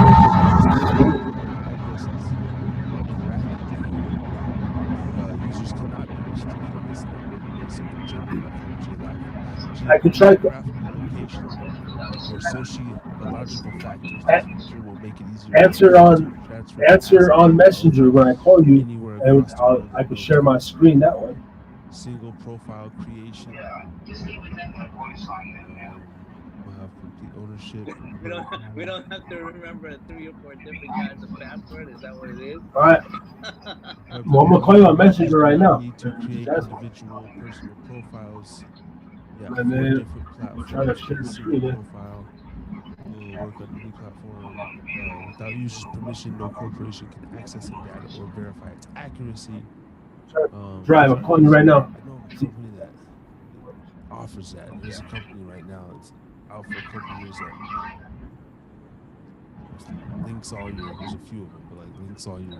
And then let's get into some disadvantages though. It gives about 5-6 different same thing. There are also several challenges associated with the implementation of Web 3.0. Personal data management and reputation management issues will become more critical than ever. The top 3, according to Single Grain again, requires advanced devices, less advanced computers. We'll get to that. Technology Pubsgiving. Only a limited number of people will be able to access Web 3.0. That's here or there. Yeah. Web 1.0 websites become obsolete. Oh, yeah. That's on this one. It's out anyways. Not ready for widespread adoption. Web 3 technology is more intelligent, efficient, and accessible, yet the technology is not entirely ready for widespread adoption. Much work is needed on technology advancement, privacy laws, and data use to satisfy the users' needs. Examples of, like you said, the Siri. Some people have home fridges. Any sort of Simply Safe or any sort of home security system that you can set from your phone. You're at work, or if you're checking on your camera. Some people can talk to their camera. If Joey gets on their phone, this motherfucker. So it's already around a lot. Like it's already like taken over a lot of the world. But you said it came out what 2012 or something like that? 2006. It was coined. Oh, Web 3.0 was around 2006. Yeah, and it's interesting because if you think about it, hello. Knowing that there's different layers of the webs and all these motherfuckers do.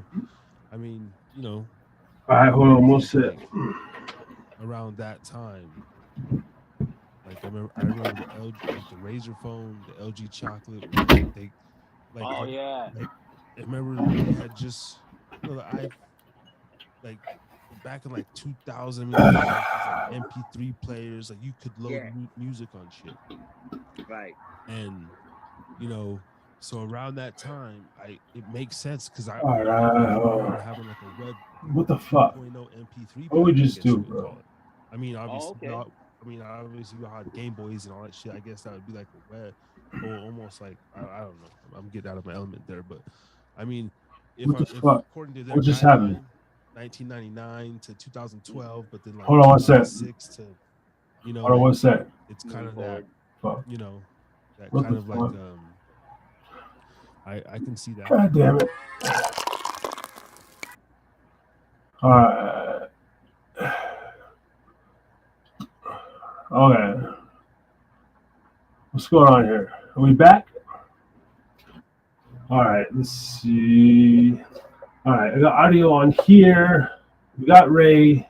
I'm gonna try to share my screen and then get your video. See if this works. Share screen.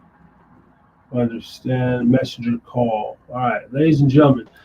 This is, I think, the best way to get Ray on. Ray, I believe you're on the camera now. Let me get myself back. All right, we got Brother Ray, everybody.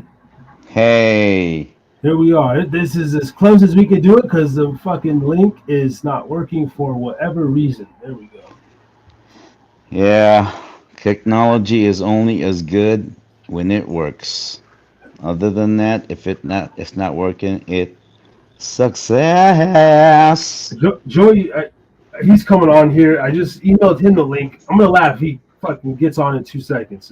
You know what, man? It's probably, I don't know why. Maybe because I had it before. I don't know. I don't freaking know. Well, you're here now. Shout out to Messenger for making it happen, man. It's not a Pubsgiving without my fucking dog. You know, it wouldn't. You know, I know. I I mean, know. now it's like official. Like I was low key gonna be disappointed. Like man, like Man, I was disappointed, man, I don't and I want wasn't mad at you. I'm mad at the fucking Streamlabs and shit. Like, to. why can't you just make this shit fucking, like freaking make it easy? Like, what's this all this fucking verification and I don't fucking know. That's fucking weird. But yeah, so you're getting ready to go to you're gonna go to school. No, I got about an hour and stuff like that. White folks, you can't just go in there and pop in. You got to be there at exact time and shit. All the time. You can't just like pop in there. It's not like color people time. You go in there anytime, and if they ain't got nothing to eat, they ain't eat. Then you're gonna have to just snack on something or do something. Light a joint or some shit like that. You know, but Hell yeah. the proper. Shit, yeah, I ain't doing nothing, man. I mean, Janine, the family's, I guess at her dad's and her mom's, and I'm just like, well, I'm gonna sit home and stream, and Yeah, man. It's just she's gonna bring me a plate later. And, yeah. I mean, it's no big deal to me. To me, Thanksgiving is another day just like Christmas, bro. yeah, I don't nice. know. I don't celebrate. You know what I really celebrate on? That to me the day is that special. Not even my birthday. My birthday is just another day. Not Christmas, no nothing, man. You know what I celebrate, man? I celebrate the Sabbath, man, because to me that's like every week. It's something new every week, and something amazing happens every week, good or bad. And it's got nothing to do with the Bible, nothing like that. It's just that I made it a life experience to where you know what I notice that life happens and shit changes every week. Every week. Not about your birthday, not about Thanksgiving, not about Easter, not about Christmas, none of that shit. I don't give a fuck about that. Even birthdays. Birthdays are good, but can you imagine this? Imagine if we never celebrate our birthday, like the Jehovah's Witness. Like you will never know your age. Think about it, right? You're like, how old are you? I don't know. Like how old? I have no fucking clue. You I know. know? Did that ever happen to you? Like one year I was in Hawaii and I think I was for the longest time I thought I was 52, bro. Until Angela told me, "No, fool, you're 53." Really? Because I'm 54. What the? And then I was like, for a minute there, I got sad, brother. I got sad. Just it just passed me by, and I forgot all about my birthday because it just got caught up. I just got caught up with life and birthdays and all of that stuff and the present. I mean, it's cool when you're a kid, but when you're old, you're like, fuck out of here, man. We ain't gotta celebrate your birthday. Shit. I'm thankful I wake up every day, but to celebrate your birthday and all that shit, man, that's another see, that's a topic we can talk about, man. Consumerism. I got nothing against capitalism. I got nothing about consumerism. I got nothing against that. But it gets out of hand, brother. And it gets out of hand. And I think it deters us from the true beauty and realities of life. Hey, are we on the air right now? Am I being heard by the world? Yeah, absolutely. Okay. All right. So let me just take this moment then. Okay. Hold on. Yep, to millions around the world, here and in the future. Yeah. So Fourth, fourth annual, brother. By the way, I mean it's hard to believe, but yeah, like not one, not two. No, this is the fourth Thanksgiving live stream that we've done. you know what? So as much as we want to talk about how long it is, like I was talking to Dylan about the 49ers. I don't give a flying fuck about all this and this and that. What I'm interested in is the story. Let's tell them about our story. That's what. Yes, that's what comes in the form. The I 4 mean, a lot of years. shit. I mean, you're in Ogden. You're back in Ogden now. I was in Hawaii. The time difference is what? 4 hours. Remember, 4 hour difference. And yet we were still making like 4 hour shows. And man, it was. And then and then you had your apartment there, and I was just, I don't know, man. And I had that microphone Red my boy Dave sent me. Yeah, with the light, and I think like, yeah, you got that one. Red was the red one, right? With the light. Yeah, and I would even have I would have my freaking my little earphone with the plug and shit, Yeah, and we made it happen, and we would just and we were so excited, man. We were so excited to just have our Thursday night rants. Thursday night rants. The, a lot of topics. We talked about all kinds of shit. Like, remember remember when Justina would come on Yeah. and we talk about like taking the shit, and sometimes the shit gets stuck on your ass hairs and shit like that. Yeah, and Justina, if you're out there anywhere, girl, I mean, I emailed you the link too. I don't know what happened to her, but I don't know whatever happened to her, man. yeah, no, a lot of stuff, man. And I'm still Well, here, man. Still trying to, like, over all that time though, still dealing with the YouTube, learning new stuff about content creation, and still having the passion, the drive to like make a name some way, or just here, put my voice out there. It's still so fun. let's tell them about our first breakthrough. I mean, when we had what's homeboy's name? The one that was doing he was pimping online. Lil Kelpie. What's his name? Lil Kelpie. The Kelpie is Lil Cuppy. Remember that? Lil Cuppy. What the fuck? Yeah, shout out to Lil Kelpie, man. Lil Cuppy, where you at, motherfucker? Lil Cuppy was cool. That man. night was crazy because that's the first and only my supposed childhood friend, Chance Armis, from like third grade. Mm-hmm. I ain't talked to the man in 25 years. I get an email from him out of the blue. I get an email out of the blue, Okay. and then he texts me, "What if I can get Little Kelpie on your show?" And I had no idea who that was. Right, but hold on. But Save Mart is not a store; it's a thrift store. It's like, isn't Save Mart like it's not a grocery store, right? Yeah, Is this a grocery store? the one on Keystone. Yeah, let's say Mark. Oh, but that's the one. Yeah. I don't know. I mean, I guess, but yeah, it's a grocery store. Wait, what's the name of that place where it's like a thrift store? You're just thinking of Savers. Oh, Savers. Okay, Save Mart. Oh, okay. All right. Is there one close by? Oh, okay. Okay, then we can go then. Yeah. So yeah, Lil Cuppy, and then we had Lil Cuppy.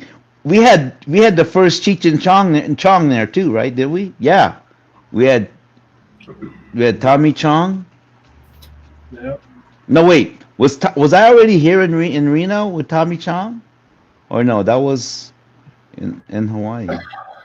I don't know. I think you're in Reno. Just got there or something. Tommy Chong, and then MCL, and then Mr. Hinckley from Breaking Bad. Larry Hankins. Yeah, no, it's a good. It was a good little run.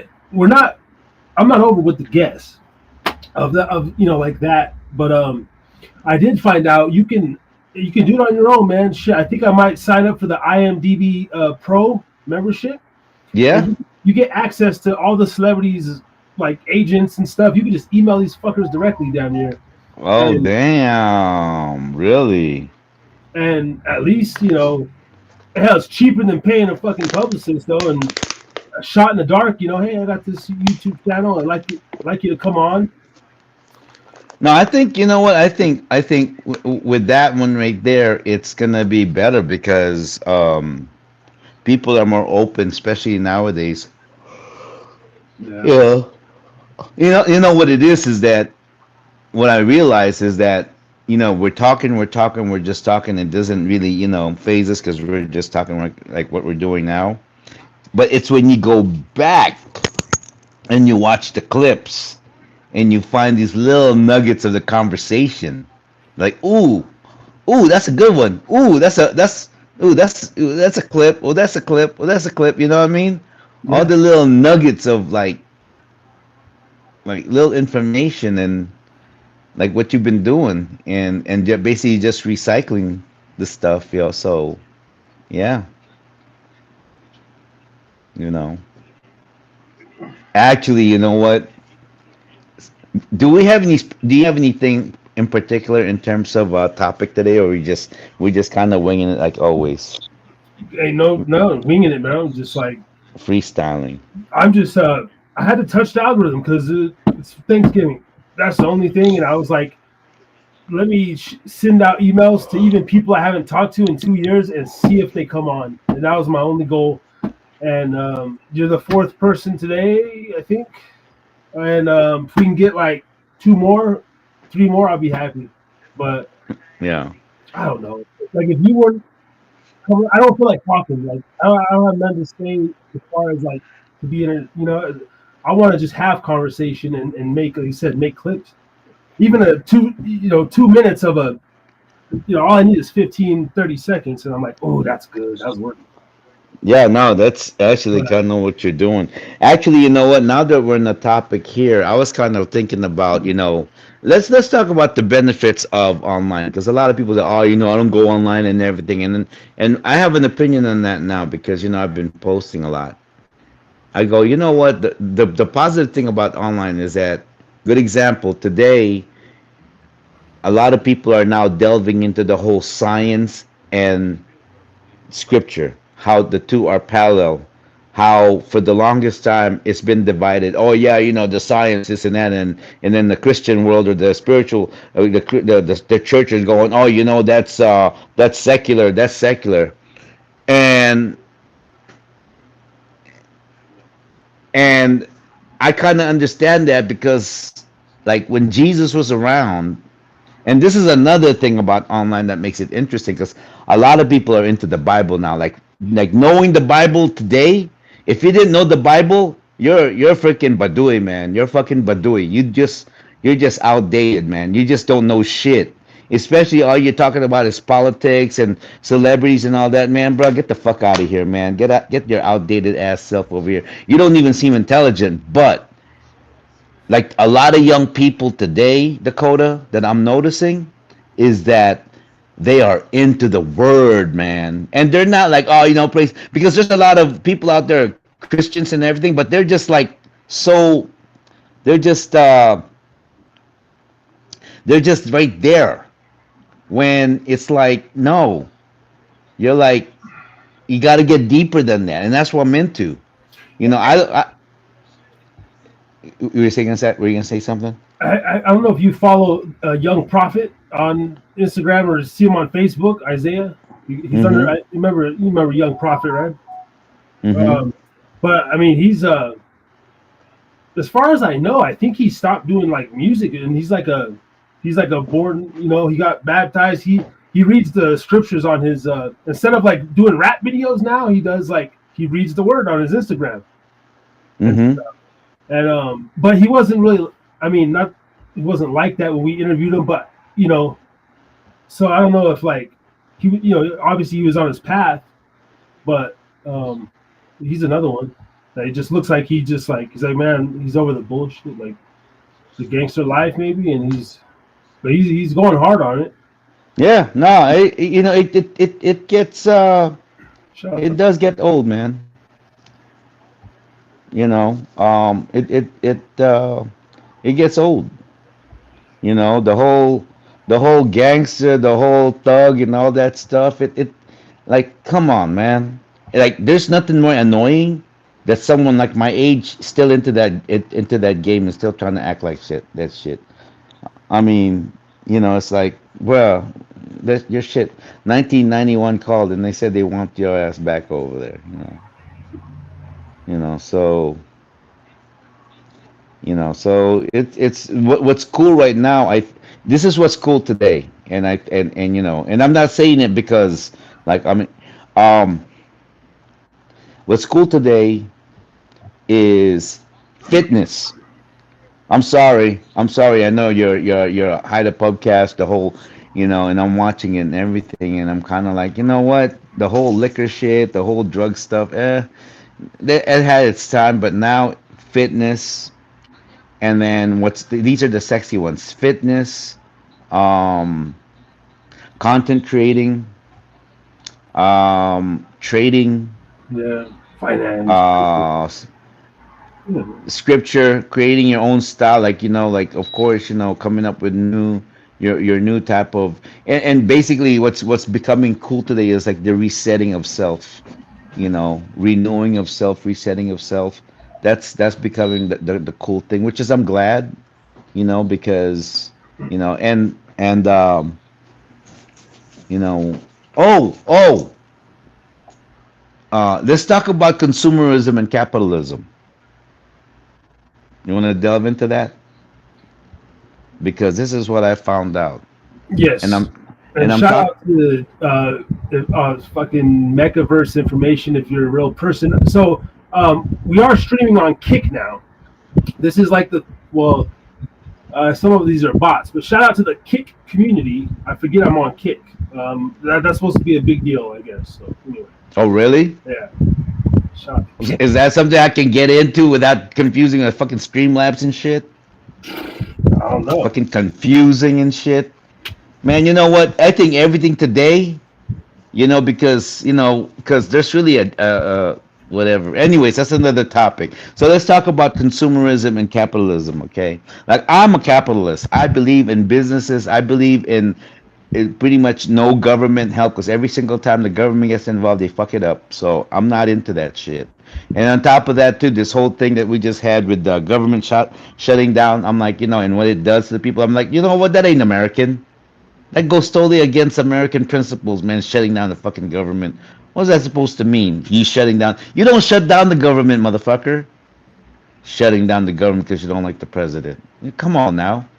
That's to me. That's socialism, communism. Anyway, let's go back to capitalism and consumerism. So, being a fitness trainer, right?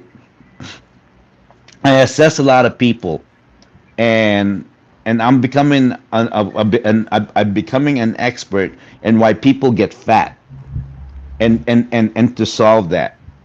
And we are so, as Americans, the thing about Americans is we walk around like we have a big dick, but in reality we got a 1 inch pincher. That's the thing about Americans. We're the biggest freaking hype man this world has ever seen. Anything that we put out there is just bah. But at the same time, it's like all bah, but nothing behind it. And I am a perfect example of that. So a lot of times I'm in the gym and all these guys are going, you know what? I take creatine, I have pre-workout, this and that, everything, and to me, I'm kind of going, that's great and all, but everything you're saying to just get you where you need to go is that you're trying to just you think you can buy yourself into being fit, into being jacked. Bullshit. I tell people real plain and simple, and I can speak of this because being this is the coolest thing, Nicole. I'm gonna tell you this right now. When you're an old man and yet you still function and look like and act like and be like, not don't try to dress like. No, that's the but if you are an old man like me, but yet you still have an energy of a young man, that is the fucking coolest. I don't give a flying fuck how much money you have. I don't care I don't care where whatever. That is the coolest, man. Because right now, truthfully, I'm living it. I'm living the life. And, yeah, you're going to have the bullshit, you're going to have all the other stuff. But take away the status, take away the money, which is really, those are all superficial, I think, I believe. Take away what's true. And what's true? What comes out of your mind, what goes into your mind, how you look on the outside, and what comes out of your mouth. That's really what it is. So when I talk about this, when they ask me, so what do you do, Ray? I said, I don't take no creatine. I don't take no pre-workout bullshit. I don't take none of these protein shakes and everything. Why? Because I can't afford it. And I don't want to do it. And besides not only that, it gives me this knowledge and wisdom of how amazing the human body is. you know. But as Americans, the problem with us is that we always got a fucking vice. You know this very well. We always have a vice. We either gotta smoke cigarettes, we gotta vape, we gotta smoke weed, we gotta like drink beer, we gotta, or not. If that is not another vice, it could be like, oh, we gotta eat this, we gotta have our latte, we gotta have our Starbucks coffee, or we gotta have this, or if that's not the case, we have to buy something, or we have to buy this because there's a collectible and all of that stuff. If you live your life just like a monk, to where, yeah, you know what? Make your money. That's great. Stash your cash. That's great.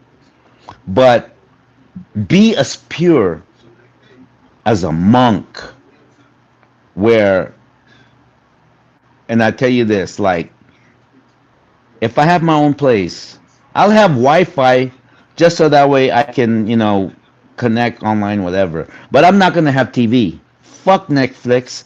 Fuck all the sports stuff. I don't need that shit. If there's anything I invest in, is that I want to have a system in my house that purifies regular water for me, and I get to drink good water.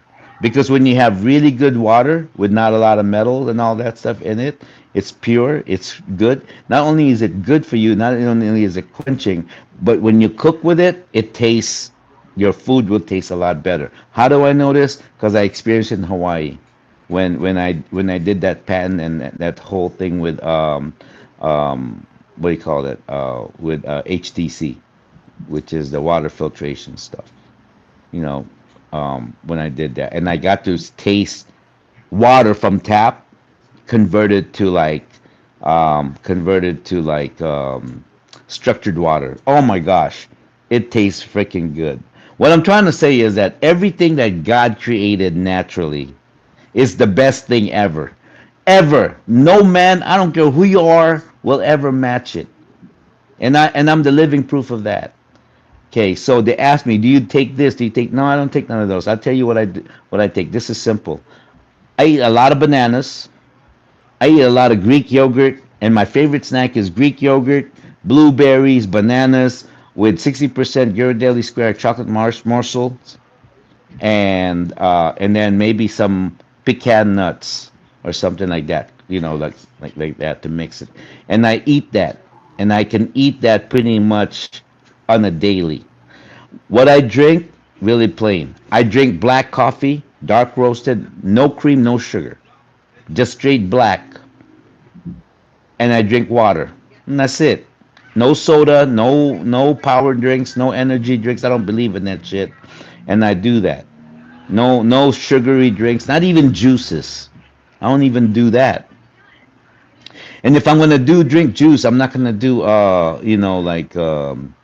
juicing, because you just get. I'm gonna use the Vitamix. I recommend this to everybody. The Vitamix. Why that is because you want to include the pulp. The pulp actually it helps you. It's like it's a scrubber for your gut and everything, because it's all about the guts. It's all about the guts.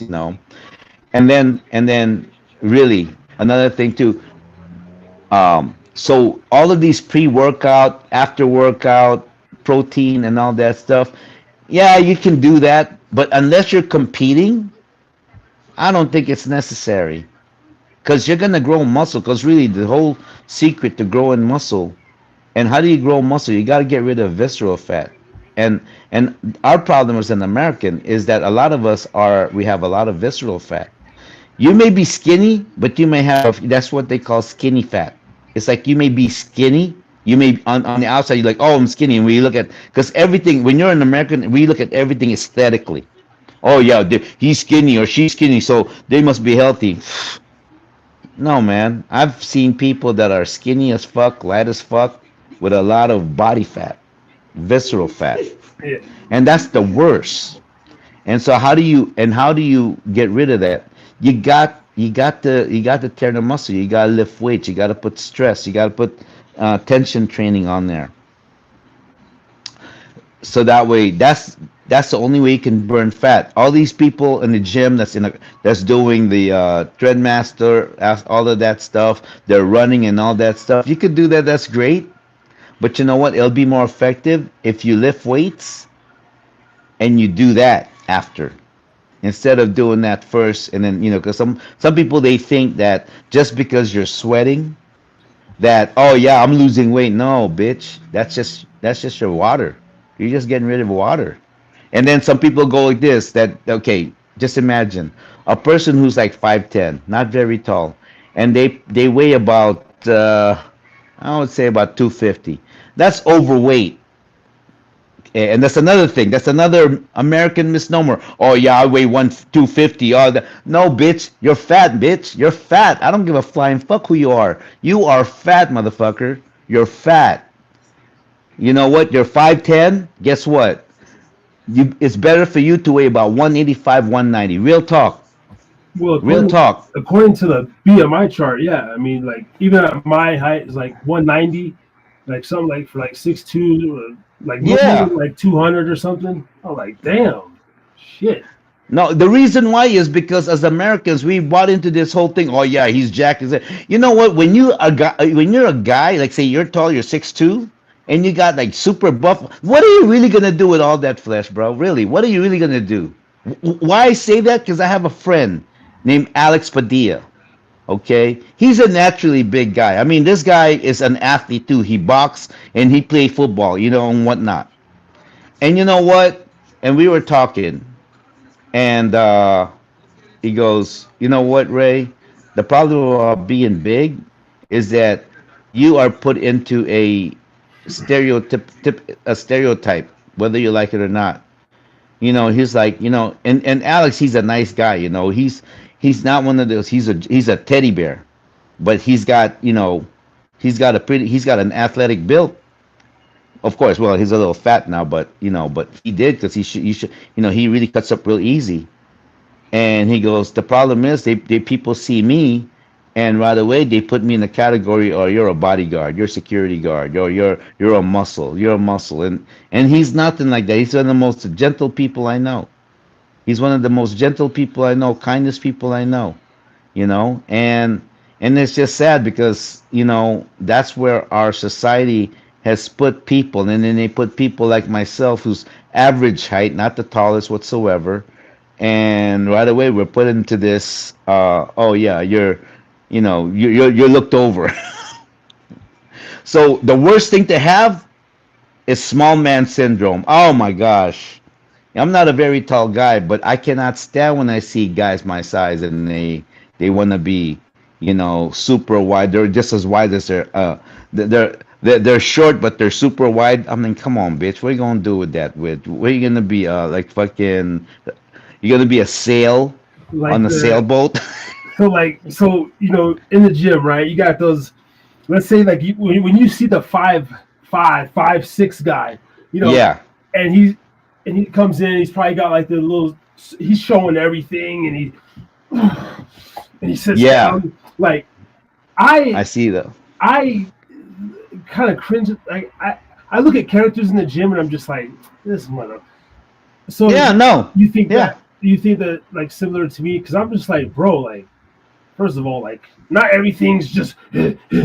I'm just like, motherfucker, we at the gym, bro. Just, But I guess it comes with, I don't know, getting your body that fucking tight and like jacked in the first place so that you make those movements or something. No, I tell you what, because when I was when I was working for Fitness Connection, my manager is one of those guys. He's not a tall guy, but he's like, he's jacked, super jacked, right? And then when he walks, he's got his arms like spread out and everything. And he would say like, oh yeah, well, this is just how I'm built. I don't take any kind of juice whatsoever. Okay, I get you.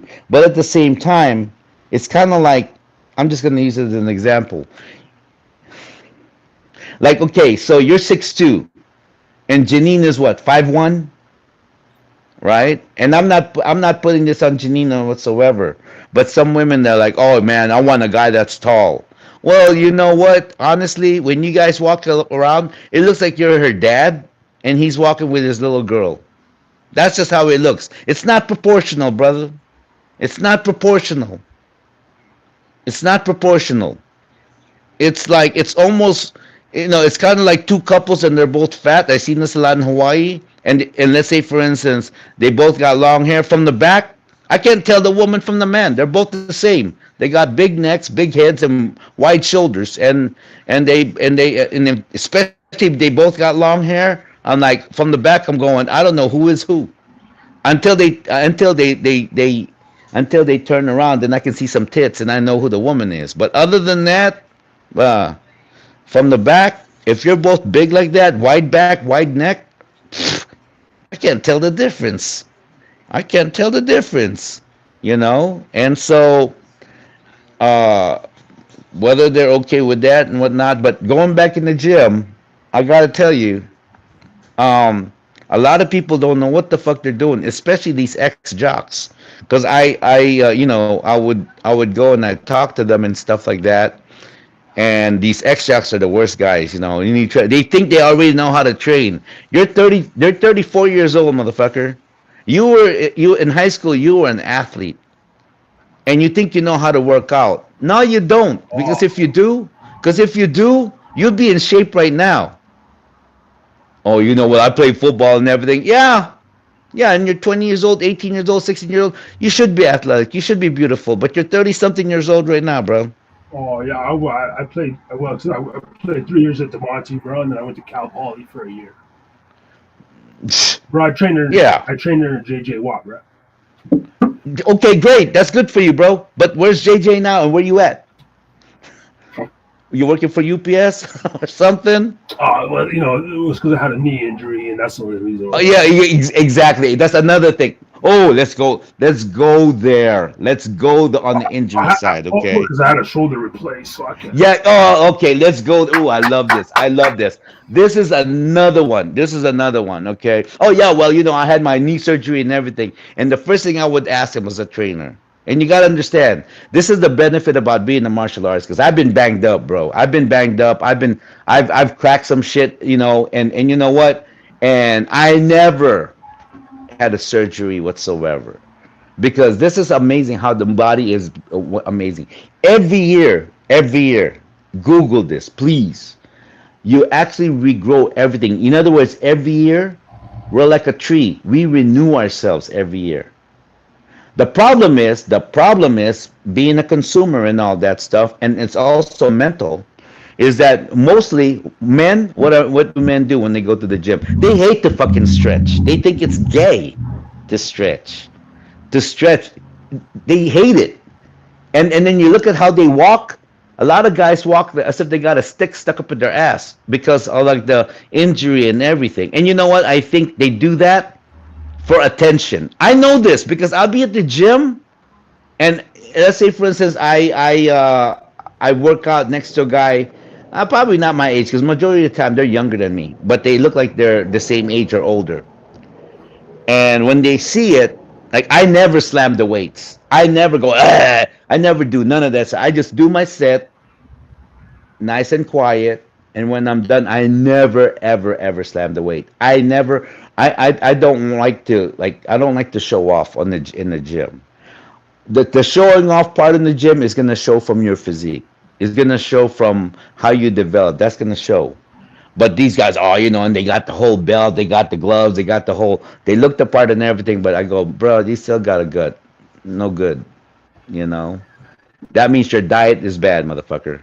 No matter what, that means your diet is bad. That means you're probably one of those guys. But I go to the gym, but so I'll go have me a beer. No, bro. Mm-mm. If you're really true, you cut all that shit out. Now, if you want to smoke weed, okay, but don't fall into the whole munchie stuff.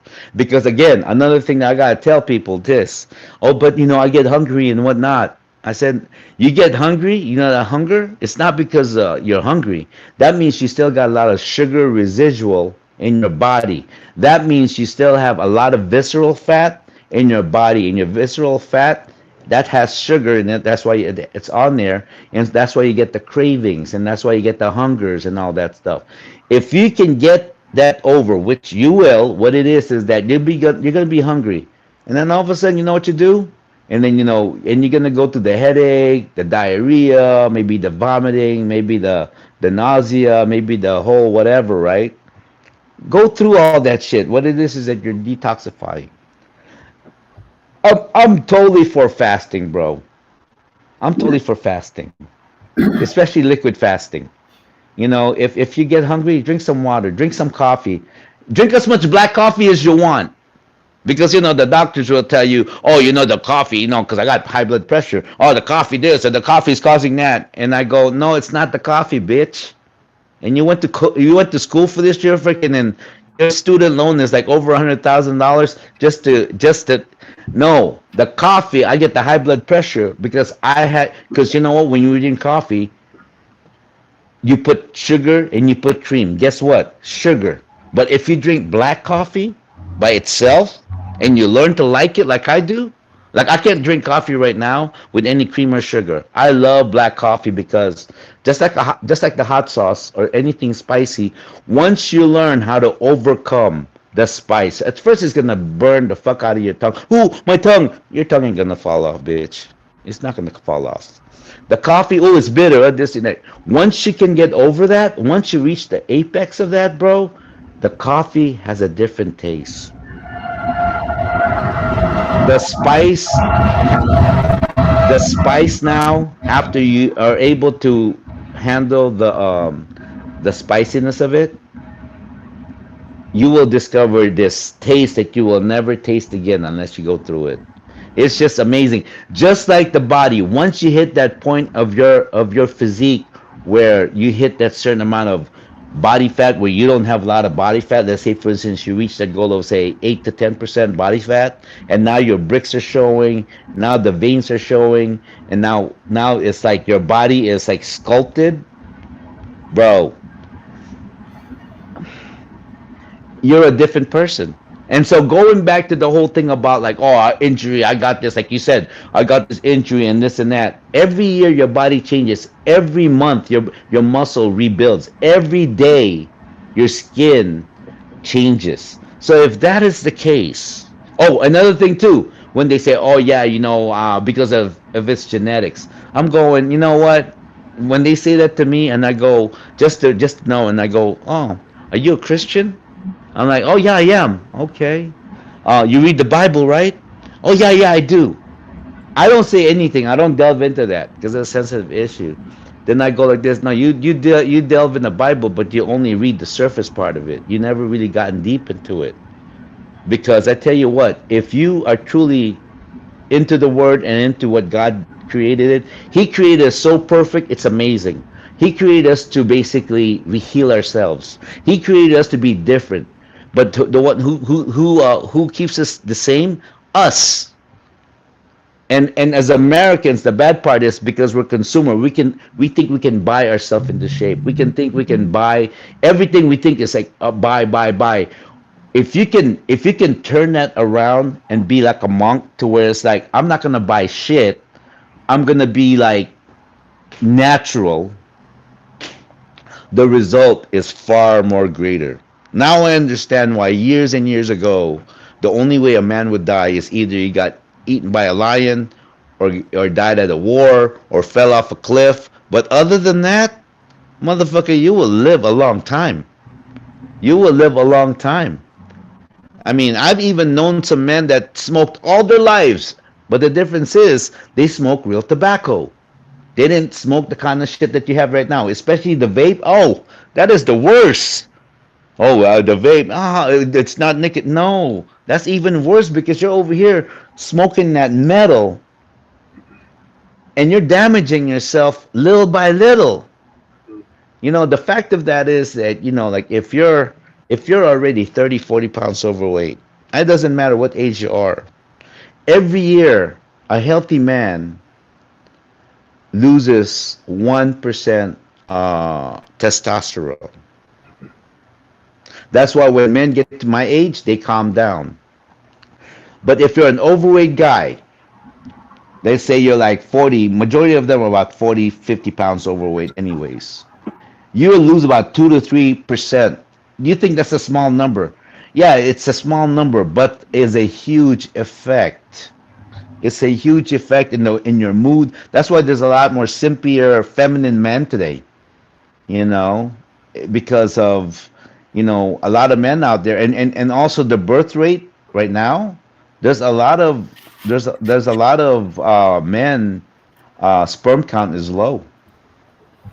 Their sperm count is low because of testosterone, because they have more estrogen than they do testosterone, because they do all the bullshit stuff. They buy into the new soda today is the energy drink, which is way worse than the soda.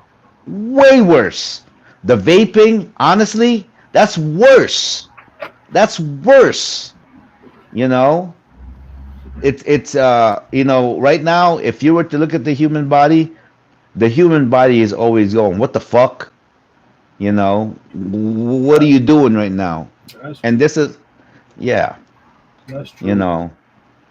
I mean, I mean, how even in your worst, right? Like when you weren't Mm-hmm. as disciplined, like, I mean, what? How to someone who's like fucking way even less disciplined than myself and far off that path, like. I mean, are some people just lost causes, or like how can I someone don't think so. I turn don't their think so. back? I don't think we're ever a lost cause.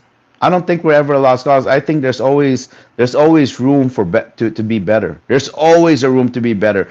And I'll open up with this. Mm, okay. There's another thing that we talked about, and I'm gonna bring it up to your show, is that believe it or not, I've been drinking my pee. Because I'm over here, my mission in life is I'm gonna do something. Ray is his own guinea pig. Okay. Why I say this is because I'm going into this because we live in such a synthetic, um, what do you call it? Like now everything is so synthetic. Everything is genetically modified, and the whole AI. We're living in a world that's like really the Matrix right now.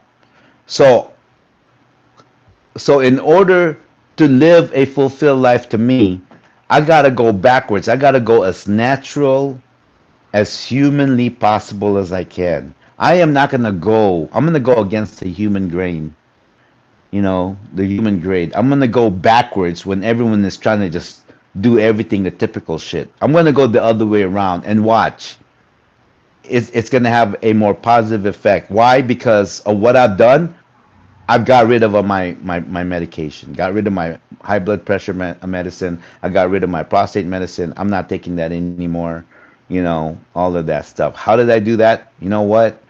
The right nutrition, the right activity, the right exercise, and the most important thing is this: you have to put your mind frame, because that's really where it starts. The mind frame. And how do I get that correct?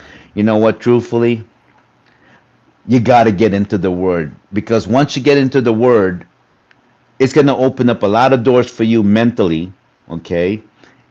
And at the same time, when you read the secular scientific books out there, you'd be amazed, because you're the one that introduced me to the whole frequency. You're the one that introduced me to that one right there. Remember when I first, the Bible said that, I was like that, right? And then all of a sudden, when I delved into that, I go, no, he's fucking right. And so now what I want to do is like close the gap, the Holy Spirit and the whole frequency and vibration of people. So that way there's no more confusion and there's no more division. And even in my church, I do these studies and everything, and I correct my own fellow Christian. I'm like, look, man, stop being so fucking legalistic. Because our goal is not in this church. We all know the word here. Our goal is when we go out there is to bring them to Christ. And the way you're talking to me right now, bro, you're separating a church, and that's why there's so many different Christian denominations out there, because everyone is a pissing contest. So to me, I'm at this thing right now. Oh, you're a pastor, you're a preacher, huh? Okay, you're a reverend. Huh? Okay, great. Then if you got a belly, then you know what? You ain't shit to me. Because to me, if you're talking about the word, and God talks about health and being in shape and being natural and everything like that, yeah, you may know the word because you went to seminary school. Yeah, you may talk a good game. You may have it sound real preachy, and you may know the scripture like the back of your hand. But bruh, if you don't look like an athlete, because I know Jesus Christ, I bet you Jesus Christ was built like Bruce Lee. No doubt. Especially when he went into the wilderness for 40 days and 40 nights. You know, I bet you Jesus Christ got even more cut because he knew he was going to die. And the devil, the stupid fuck devil, thought that, oh man, he's like a human. He's gonna be all weak and he's gonna be vulnerable and everything. No. I'm telling you, once you put yourself and you start living this monk life, which to most people is boring, bruh, you're gonna find a whole new side of you that's like, man, I'm a fucking hoss, dude. Because really, it's not about being when you're youthful. You're supposed to be beautiful. You're supposed to be in shape. You're supposed to be energetic and everything. It's when you get into your older days. Like I'm 58, right? Yeah, that's great. But in my mind, I'm on my young age right now. I'm talking when I'm in my 75. In my 75, I want to be able to do 60 push-ups, no problem. 8 to 10 pull-ups, no problem. I can run, I can walk, and no problem. I can swim, I can climb trees and everything like that and whatnot. You know, yeah, I might lose my hair. So what? It's hair. I can shave it off, no problem. But my physique, my myself, the way I think, man, I'm looking forward to my 80s and my 90s, man. I want to live a long time. I want to live a long time. And why is that? Is because even in insurance policies, the ones who live the longest becomes the wealthiest in the end. That's how the policy is created. If you have an life insurance policy, and let's say you have a life insurance policy that's not term, but what do you call it? The one that's got cash value. You keep putting money into that insurance, right? When you reach 100, did you know that you can actually cash out tax free? And then you can put that into an annuity to where you can actually tell your insurance company, you know what? I'm 80 years old and I intend to live until I'm 100. Every year I want to make another $100,000 a year. Just pay me. And I want to live my life. I want to be a playboy. I want to be a freaking I want to be an 80-year-old and fucking going out with 25 and 30 years old. Why not? Why the fuck not? Why not? Because women don't look at men the way men look at women. You know, and women are wired different. I mean, they're emotional, so they're stress cases. Oh shoot, they're stress cases. Men, man, it's like as long as we keep ourselves sexy and healthy, you don't freaking. It doesn't. In fact, the older you are, yeah, the better. Yeah. Well, the older too, you got money and hell yeah, he's less. You know. Yep. Got to have your money, be in shape, and make sure your dick gets hard. It doesn't. You're not going to perform when you're 20, but as long as your dick gets hard enough, and plus not only that too, when you start losing body fat, your dick starts growing an inch. And I know this because I was like, wow. It's kind of like when in Spider-Man when he got bit by the spider and he looked and he going, wait a minute, my glasses, I don't need my glasses anymore. And then he looked down there like, whoa, yeah, that's real, bro. That's real. I'm not even gonna lie. I'll be the first one to tell you. I'm like, wow, okay. Now it's like it's not like you're donging, but at the same time you're going, wow, really? It's amazing, man. The human body, I'm telling you, bro. Don't take it for granted. There's more behind every person in this life than we think. But this whole thing, because okay, so one time, me and Scoop were talking, and so I would pull up and there's homeless people and not with the board, right? And I'm going, finally I go, you know what, let me talk to one of these. And then I would choose someone that's kind of like close to my age. And again, oh, I had the surgery, I had this and that. All these excuses. Bro, it's really how we think, bro. It's how we perceive life. We get going? Yeah, it's really how we perceive life, bro. And a lot of us are naturally negative thinkers. And I think that a lot of us are like, we put that story behind us. Oh, yeah, I got hurt. Because you know what it is? Because it's a story. Because we're all selfish and we're all conceited people by nature. Even the ones that call themselves, I'm an introvert. Fuck you, an introvert. Because you post shit on social media and you're in that camera as if you're the and like you're the ringmaster. So don't give me this introvert bullshit. I don't buy it. We're all self-centered people, man. That's just who we are. And Thanks. and a lot of times, you see that fat jolly guy. Oh, I'm this and that funny. Because that's the character.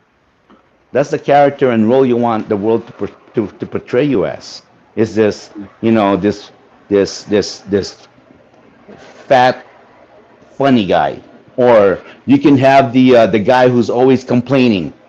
Oh, this and that. There's always something wrong with the world. Oh, this and that. Because that's the kind of, and another thing too. You'd be amazed how much we assimilate movie characters on TV to our personal lives. And I'm going, they're actors. They're actors. They're not real people. Yeah, I They're, mean, well, I believe for sure that's literally part of the television programming. I mean, they program like generations of like everybody, right? Like the boomers and then the yeah, X, and now these young kids are like, it's really crazy, man. Like, would you say? I mean, so like the people at the highest levels, obviously, like they just know the truth, whatever, like, are the most no, can. Well, no, like, and they purposely, like, because why would America, like, it's set up basically just like, look, this is the land of the fucking dumb fucks, like, it's a great place, but we're gonna basically trick everything. Like, everything here is like, you can win, but you have to evade everything, like, because we fall into this shit right off the bat, bro. Right off the bat, you have a kid, and right, then like I had so many grand ideas. Oh, I'm gonna be a natural, this and this. Yeah, I mean, for when it starts with the woman, like finding a woman to even want to, give a natural, all this stuff, right? And then as soon as they come out of the womb, you give them a fucking whatever, a play chew toy, and like they're just like, oh, let's go buy the this and this. Let's go take them here and the huggy. And right. it's just like before you know it, you're like, fuck. And then you have a house full of consumer products, Yep. and then all of a sudden you let your, I'm speaking for myself, but like you kind of let yourself go. No, I've been there. Trust me, I've been there. I've been there. It's so Yeah, cheesy, I've right? been there. Ugh, And like, you know what's so funny? Because I go like this. See, I've been where you are right now, and to be honest with you, this whole thing about, like say, never having like consistency with money. As much as that, oh, you can never get this stuff together. Blah, blah, blah, blah. If I look at it, I think it's a blessing because you know why? Because good example, last night, we were at the party and Dylan was over there. We got into the karaoke, and man, we're the life of the party. And I said, yeah, that's just one kid. All of my kids are like that. We're all like that. We get everything lit. And I look back, I start talking to myself, right? Just to myself. I said, you know what? When a person grows up with not all the privileges, especially not all the material, you got the address? Not all the material privileges. Something a lot better is grows from them. You know what that is? Is their character. Is their character. And I seen it with all my kids, man. Remember this, where we lived in Hawaii is kind of like an upper middle class part of the island. My kids were the one that they didn't have the material, the stability, whatever that most kids over there did. But you know what? And we were living in like a two-bedroom apartment. And you know what? All of their friends, I've seen this, would come to them to console. All of them. And my kids, they were like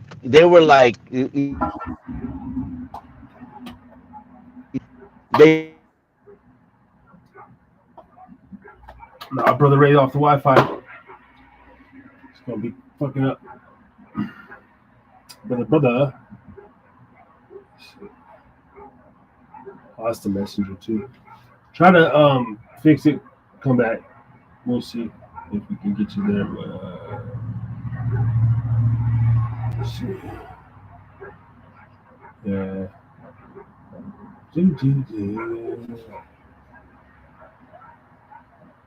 All right, we're off the screen share. We'll see if Brother Ray can get back up in here and whatever, but he be going in.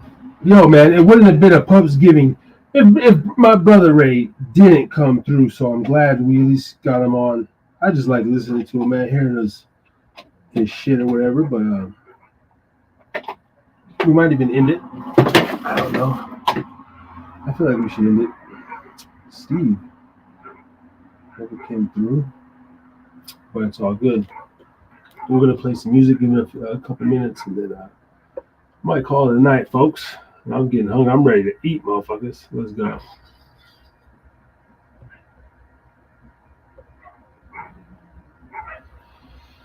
Boom, boom, boom, boom, boom, boom, boom. Taking a break. Be right back.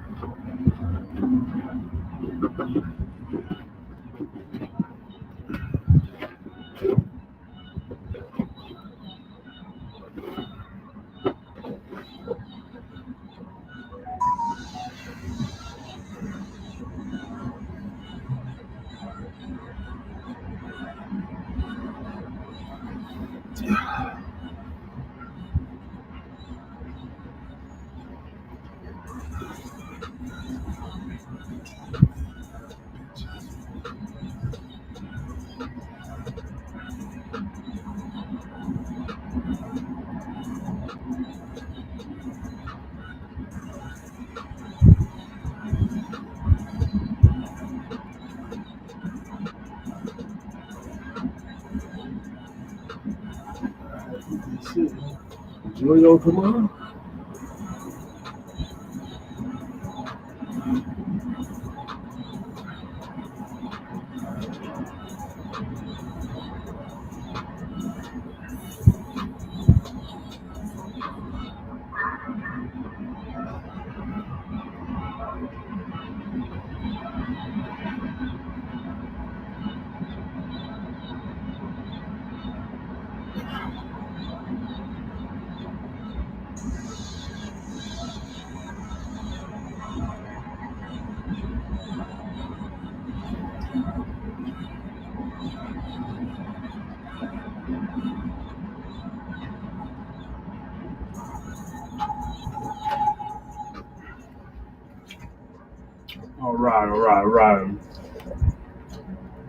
All right.